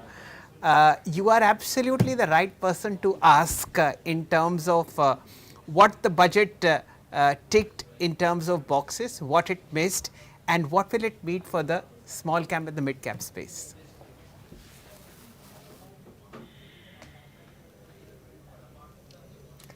Sir, are you on mute by any chance? So you'll have to unmute yourself. I'm so sorry. So I think, most of the boxes have actually been ticked quite appropriately in my view. I think keeping the where we were in terms of the market situation as well as in terms of the economic situation, I think the budget overall at one level has delivered, to my mind, to the expectations of the market. This was, I have said this earlier, that this was an important budget in a good number of years. This was important because we were at a little bit of the crossroads as far as the economy was concerned, and I think this budget now starts giving a much more firmer direction. One important thing which had to be resolved was the balance between investment and consumption, and I think that has also been to a decent degree addressed. We have been having a investment-led economy, which was important, which was also very critical. But given that it was to some extent coming at the cost of low-end consumption, it was becoming a little difficult to bring that balance in. And I think this budget effectively addresses that. On the investment related aspects and the amount which has actually been budgeted for capital expenditure, it might probably appear that it is a little muted. In percentage terms, of course, yes, maybe we are trending a little lower compared to what we had been doing over the last couple of years, more single digit, high single digit compared to strong double digits, almost close to 20% plus in the last few years. But I think when we look at the internals of this number, I think, and not just probably public expenditure, but even every line item of public expenditure, I think the government has tried to ensure that the important segments do get the necessary allocation. Those which matter, for example, whether it be defense or whether it be things like renewable energy, probably even an allocation of more than 2,000 crores for new technologies like AI. These are keeping with the times. There may have been rationalization in few of the other areas which are probably not as important at this stage, or perhaps they have been farmed out to the private sector. For example, think some parts of maybe the railway ecosystem have been farmed out to the private sector, like for example, railway stations, etc. So I think to some extent the railway allocation perhaps appears a little, disappointing. But at an aggregate level, I would think that many of the line items do continue to reflect the government's focus on some of the more strategic parts of the economy. That is where thematically many investors have positioned themselves, including ourselves in several of our portfolios, segments like defense and urban metros and so on. That part has actually been well taken care of. For example, even the metro allocation, I'm told, is higher by 25% compared to the previous year. So the relevant segments have been, given a fair bit of allocation. And I think it strikes a good balance in the context of the fact that we've recently seen a correction in the markets. To your question about mid caps and small caps, I think I still believe that the mid cap and small cap space in general will be quite vibrant in India over the next few years, given the fact that we expect the domestic economy to be reasonably strong, and with the possibility that it might even accelerate as we go along. Mid-size and small-size companies typically are the biggest beneficiaries of a strong, resilient domestic economy, and I think that then becomes an interesting space to invest in, and especially in the background of the correction which has happened. I heard Feroz ji call out a few numbers with regard to the performance of some of the mid and small cap companies, and I think that's quite fair. And there have been, of course, expectations which are also reasonably right up there, and to some extent that would have created a little bit of disappointment. But I generally feel that these will be the areas where you will get growth which is well ahead of system rate of growth, and typically if you get some of these punchy corrections in the market, especially in the mid and small cap space, of course you can't put all of the money to work, but can you put some part of the money to work? Definitely yes. And I would do so in such circumstances, because these kind of dips in the market do um, boost your aggregate returns, especially when you sit out 3 years from now or 5 years from now. You'll be happy to have done some of those allocations in such times. Right. Mr. Pasha, just 1 minute to go before the markets shut shop on budget day. I just wanted to take one view of yours, and that's on should the retail investors change their investment strategy post the budget? Should they stay the course? What exactly would you recommend is needed to be done on the markets now? Because we've seen, the initial reaction on the positive side. We digested it, and it was being seen that last 5 days of a rally was only a hope rally or a relief rally, and that's things are back to 23,400, 23,500 band. How would you really expect the retail investors to go about it now? Well, my simple, premise for this calendar year is that you are probably going to see a decent amount of volatility in the first half of this calendar year, perhaps running up until May, June, budget notwithstanding. While I'm reasonably happy with the budget outcome, I would like to say, as I said, but I would like to think that this year first half will be relatively challenging, and returns will be relatively more back-ended. So second half will be relatively better. Much of the global volatility will also probably, because of global circumstances and a few of those things which are also at play. I think that will settle down during the course of the next few months, and markets will then start looking at some acceleration in the economy, by which time we would have probably seen a time correction. and maybe even the earnings base would have actually start becoming favorable for growth to once again accelerate. So I am looking at a back-ended return profile, which from the small investor point of view, it basically implies that you should actually start investing in during this next 4 5 months. The market might stay sideways. You might get some modest absolute correction as well from here. I think the big leg of the correction probably in the market, to my mind, is over. You might still get a smaller correction from here on, but Okay. in that phase, you have to utilize to make your investments, your product choices, your SIP plans, etc., in place, so that you subsequently end up with returns in the second half of 25 and going into calendar year 26 as well. Right.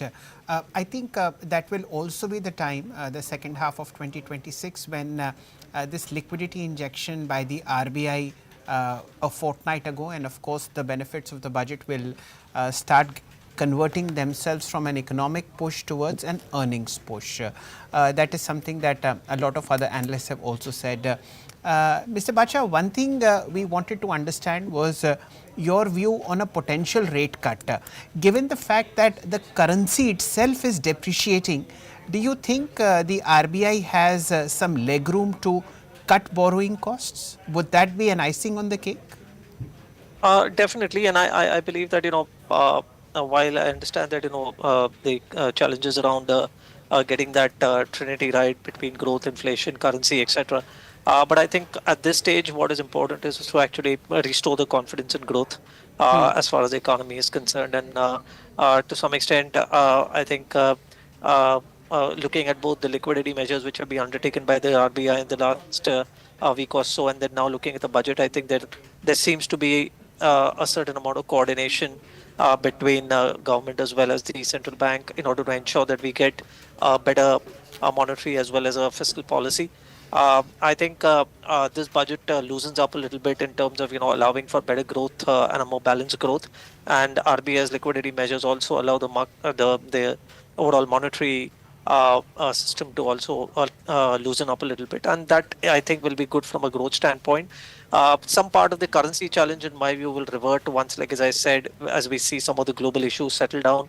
The new US administration is going to be on their policy drive for the next 2 3 months, and that will perhaps pull up the dollar and at the cost of some of the other currencies around the world, including emerging markets like India. But that is exactly what I expect will probably reverse as we get into the second half of the year. Flows start improving, and then the whole cycle that we are going through right now probably reverses. The dollar probably settles down a little bit on the lower end. Rupee stabilizes, domestic liquidity conditions improve, and foreign flows also then potentially return in the second half of the year. So that is a script which I think the market will probably follow in the coming weeks, and that will then open up the room for RBI to even cut rates. So I think we still remain in the hunt for RBI to start, at least going down towards a shallow rate cycle or rate decline, perhaps beginning, let's say, in the next 2 3 months. All right, Mr. Barsha, thank you so much for being with us then on Thank this edition and sharing your views with us on the budget day. Hoping to have you soon once the fine print is out and we get to see more details coming out of the document today. Thank you. Thank you so much. Appreciate Thank your you for having time. me. The markets have shut shop, viewers. 26 points lower on the Nifty, 23,482 right there on the Nifty. What's shot up and celebrated the budget is the real estate space, 3.3% higher. Top moving sector. You also have the FMCG index up 3%, consumer durables up 3%. It's the tax bonanza and the government's push towards consumption that has lifted all these stocks and sectors higher in trade. Even the autos are up by almost 2% odd. Some gains coming in on the small caps today. What's fallen back and is on the back foot are those which were so far outperforming: IT, metals, you have the pharma stocks, banks, financials. These have been slightly on the back foot, but probably these will be the sectors to watch out for when 7th of February the RBI comes out with the monetary policy. Share. Ladies and gentlemen, let's look at the outperformers today, and you will notice a clear trend towards spending, which is consumption. The top gainer on the NSE 500 is brown goods major Blue Star. So get ready for ACs, get ready for fridges, get ready for washing machines. This is where the disposable income, because of the removal of the tax slab, will come in. Followed by DMart, 10% higher. When was the last time we saw DMart rising 10%? Well, that's the consumption theme playing out for you. Liquor company Radico, followed by United Spirits. All food players are up. Look at Sapphire, look at Devyani, look at Sakshi, Phoenix Mills, spending place. Yes, absolutely. Malls. So Malls. Phoenix Mills is 7.5% higher, 1764. Westlife, again spending. Campus footwear, there is a special mention for shoes in the budget. We'll focus on that, and of course the entire staple space, which is Hindustan Unilever, Colgate Palmolive, Nestle, you have Britannia, you have Dabur, you have Marico. This is where the initial part of very basic expense goes. Then you have discretionary. Look at Trent, look at Aditya Birla Fashion Retail, look at how stocks in the semi-luxury real estate space have moved. Those who make medium-sized housing, look at Anantraj. Look at how low the developers have moved. These are mid-sized builders. They don't do the top end. Of course, they make a lot of luxury projects, but that's not much of a contributor to their top line and the bottom line. So clearly, the budget has chosen to move towards consumption. And Sakshi, one more important point that the budget has made is telling corporate India that we've put money in the hands of the spending class. Now it is for you to pick up the baton and start capex. Will that happen or not happen? Only time will tell. But so far, the reaction of the Nifty to the budget has been a sign of maturity. Perhaps, just perhaps, you might see the worst behind us, but then markets are dynamic, markets are volatile. Let's hope for the best and plan for the worst. Absolutely, Shall. I think the biggest task has been delivered. That was the biggest task, that you deliver on tax cuts, and that has been delivered. Remember, we were discussing how 100 crore rupees houses have been off the shelf in just a day, but it's the PMAY scheme that has not taken off. So I think that's the strata that the government has clearly focused on, and probably that will move the needle for the economy. Let's hope for the best. And we'll wind it up at that. Thank you so much. You have to go and spend. Go to a restaurant. Celebrate. You know, Friday evening went by, it's Saturday evening. Yeah. Please prove Shankar Sharma wrong, go to a bar. United Spirits, Radico, Piccadilly, everything is up. Additional money. Go into Eat parties. out, Devyani International, Swiggy, Zomato, कुछ कीजिए. Finance minister ने कर दिया जो उनके हाथ में था. अब आपके हाथ में पैसा है. अब इकोनॉमी को चलाइए. All right, viewers, thank you so much. It's been a pleasure covering the budget day for you with various stock market experts, economists at large who've been guiding you through this day. Thank you so much, but do stay tuned. The action is not over. It's in fact just beginning. We're going to be seeing action from the CII in the evening, and of course, we will be getting secretaries of finance, those which have been part of budget making exercise today, helping you understand why they chose to do what they did and what is the impact that they expect all through the evening. So you are right in the middle of the budget action. Stay tuned. Don't go away.